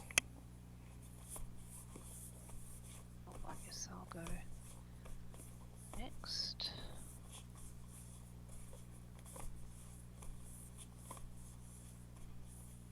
It's going to be interesting. Yeah, so in one round, you, again, parkour, jumping off the walls. You skip steps. You're using the handrail to whip yourself around in circles as you bam, bam, bam, bam, bounce down the stairwell. You get down to the 14th floor in one round. Rakang, you make it look easy, sliding down nonchalantly down the liquid rope into the broken window. Oh, hey, Auroras. Chiba, you go down 2 floors in one round using the steps. Zora, I need an acrobatics roll from you, and this is just to see how many flights of steps you can take in one round. You get 1 and most of a second, so we're going to reasonably say 2. Okay, so you're on the 16th floor as well. About this time, as you guys just finish either going down the stairs or out the window, coming down the steps, you hear more pounding as the guys have cut themselves free from their glue grenades. And they slam through the doors.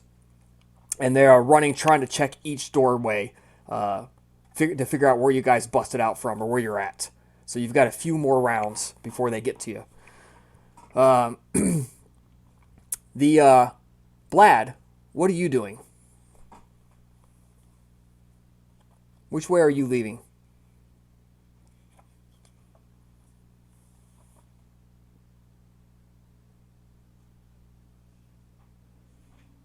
Vlad? Sorry, I spaced out for a moment there. What's going on? Everyone's either running down the stairs or running out the window. Fuck it, I'll go window. All right. So I need a climb check from you.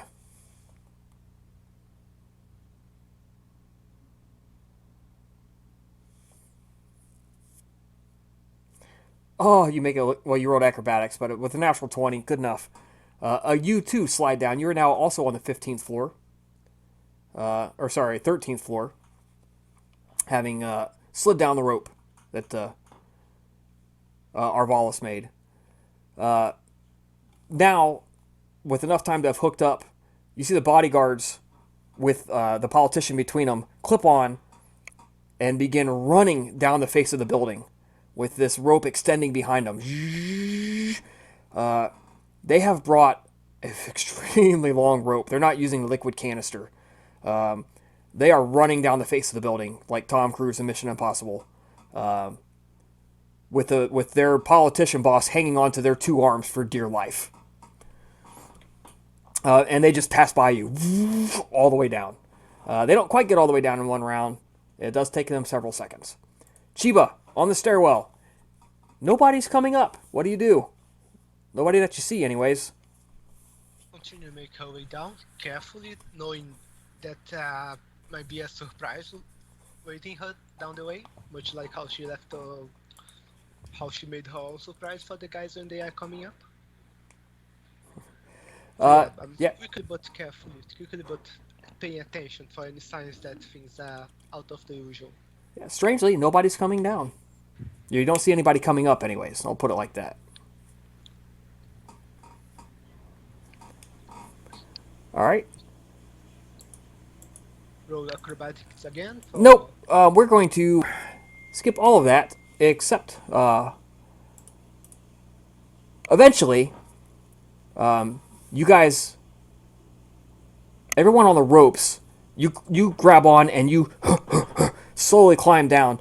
You do take 1 point of damage each from getting rope burn, of not having the right climbing gear to do this, but it's an a few bruises and a little bit of skin loss to the wire rope is an inconsequential price to pay. However, the four of you in the stairwell, as you hit the ground, you bust open the door, and you see 5 gangsters standing there trying to keep an eye on the lobby. As that door busts open, who's the first one out?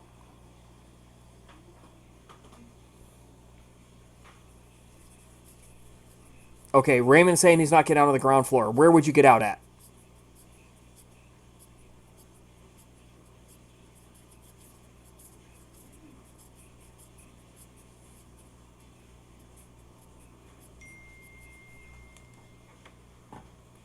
Actually, I'm presuming one of us would have had a chance to say, to tell them about the ropes that could be accessible from one of the apartment windows.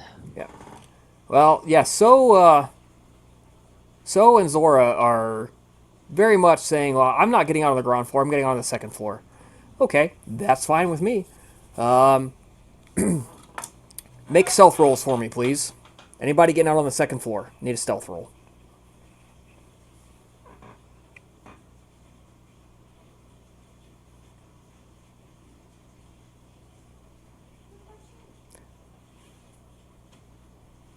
So, you and Chiba... Actually, let me make a perception roll for them, because that's on the border, Chiba. Nope, Chiba, you made it.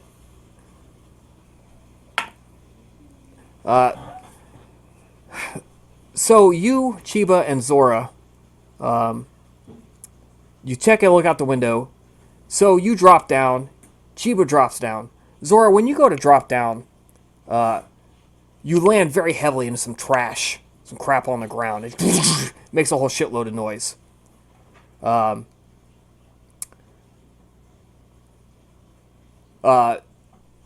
of a sudden you hear, "Oh shit! Oh shit!" People are looking out of the top windows, and they see you guys on the ground, and you hear people running out of the lobby headed your direction. What do you do? Probably attempt to run towards where the rest of our group is going to meet up and regroup with them. Okay. By running as quickly as possible. Run it is. So, Chiba and Zora, acrobatics rolls, please.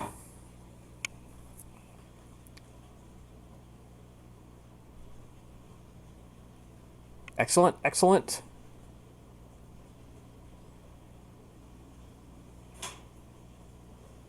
Excellent. All right.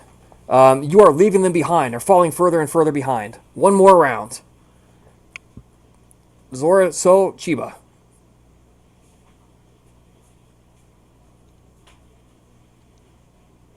One more round of acrobatics. Yep, acrobatics.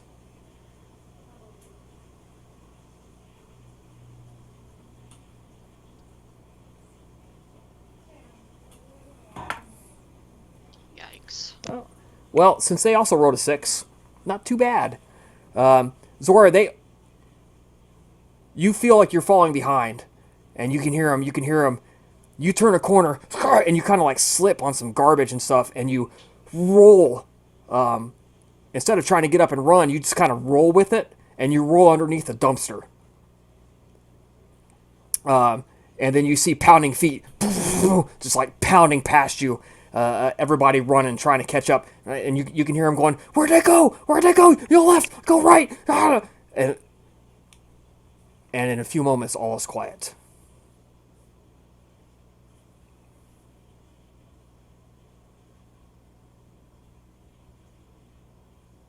As you get up, roll out from under the dumpster,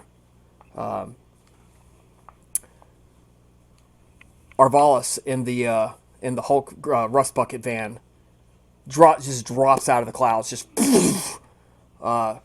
slams within a quarter inch of the ground, and just ram, runs up to you. The door slides open. You hear him shouting, "Get in!"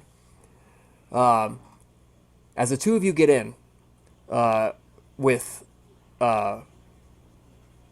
Blad and Rikang in the back as well.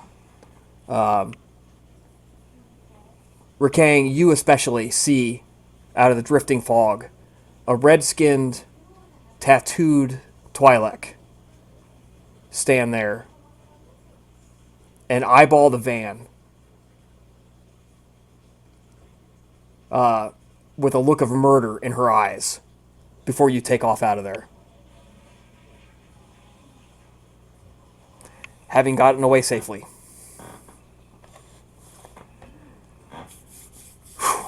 Okay, that's it for tonight's session, guys. Good job. Well done.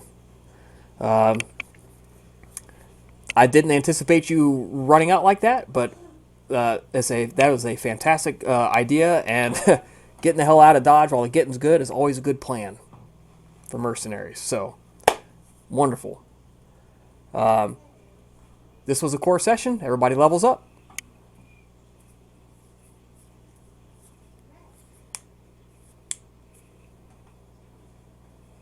We only got 2 more to go, and then Star Wars is done. The politician also got away. Yes, they did. Fucking goddamn it!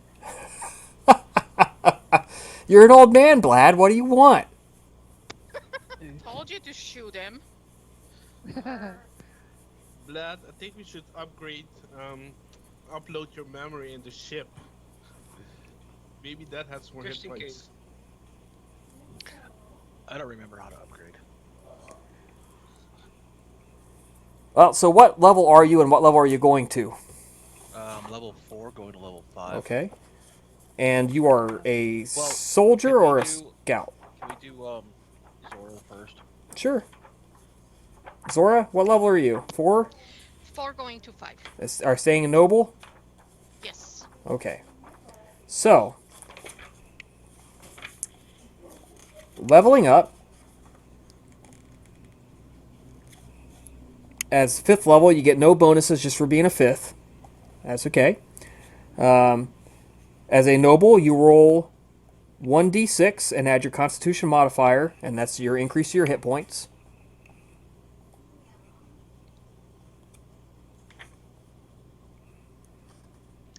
Okay, so you said 1d6, Correct. and that's separate. And 1d6 and add whatever your Constitution modifier is. You always get at least 1, so. Yeah, it's +1. Alright, so 1d6 plus 1. That's a 6. Very nice. You gain 6 hit points. Noble, that's Jedi.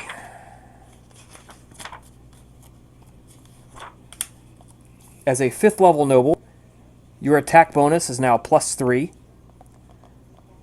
You get an additional talent. Yeah, your attack bonus is now +3, and you get an additional talent.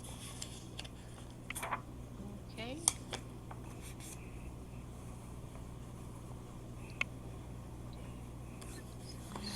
Did my hit points 35 total, and the bonus remains 0, correct?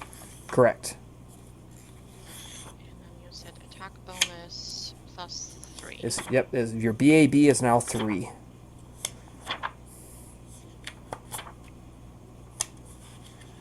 Oh, okay. Unless someone already fit that in for me, it reads 3 Yeah, to begin with. it's 3 at level 4 and 3 at level 5. And just picking an additional talent. Correct. That's what I need. Yep. All right. Now, so were you a scout or a scoundrel? Scoundrel. Scoundrel. Let's see. First page. Go back to first page. As a scoundrel, you roll 1d6 plus your Constitution modifier for hit points. All right. 4 plus whatever your Constitution modifier is. It's 0. Okay, so you get 4. As a 5th level scoundrel, your base attack bonus is 3, and you gain another talent. Okay, I need to find a talent. Okay. Does anybody else need anything? Any help leveling up? Okay. I just want to make a query. There's one thing I've been continually forgetting about every time we level up, and that's force points. Ah, good According one. to this, at least for scouts anyway, apparently we gain a number of force points equal to 5 plus 1/2 their character level. Rounded down, right? Yep. Rounded down. Every It does time you say level force up, they points. refresh. Yeah, so it does say any force points left over are lost. So Yeah, they they do not. They do not stack, so you just lose them. But you refill, so. Yep. So if I'm looking at this correctly, I would be. That means I'd have 8 force points. Yep. Is that correct? Yep. Now, Yep. technically, I know I've been running force points pretty lax because you're only supposed to be able to spend 1 on a roll, and I've been letting you guys spend as many as you want. But it's a fun game. Who cares, right? That's what they're there for, and we're using them because you're refreshing them every level up. So hey, use them, right? This is true. Well, Chris, I'm going for the medic prestige class. Okay, as long as you got all the stuff to do it. Let's see, elite prestige classes. Is this in the core rulebook? Force adept, force disciple, gunslinger, Jedi Knight. Campaign guide. Okay. As long as you meet all the prereqs, you are good to go. You level up instead of being a soldier. You level up into medic. But there's just one part that I can't really remember. The defenses, because with this class I got a whole new defenses. So you pick the best out of each one. Okay. You pick the best out of soldier and the best out of mechanic out of your prestige class. They don't stack, but you get to pick whichever's the better of every spot.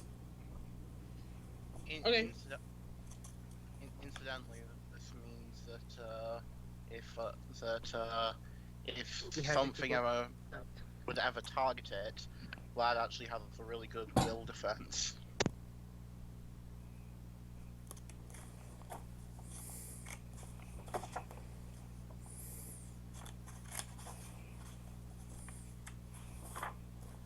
Anyway, I'm gonna drop out now. Okay. Bye, guys. Goodbye. Thank you guys.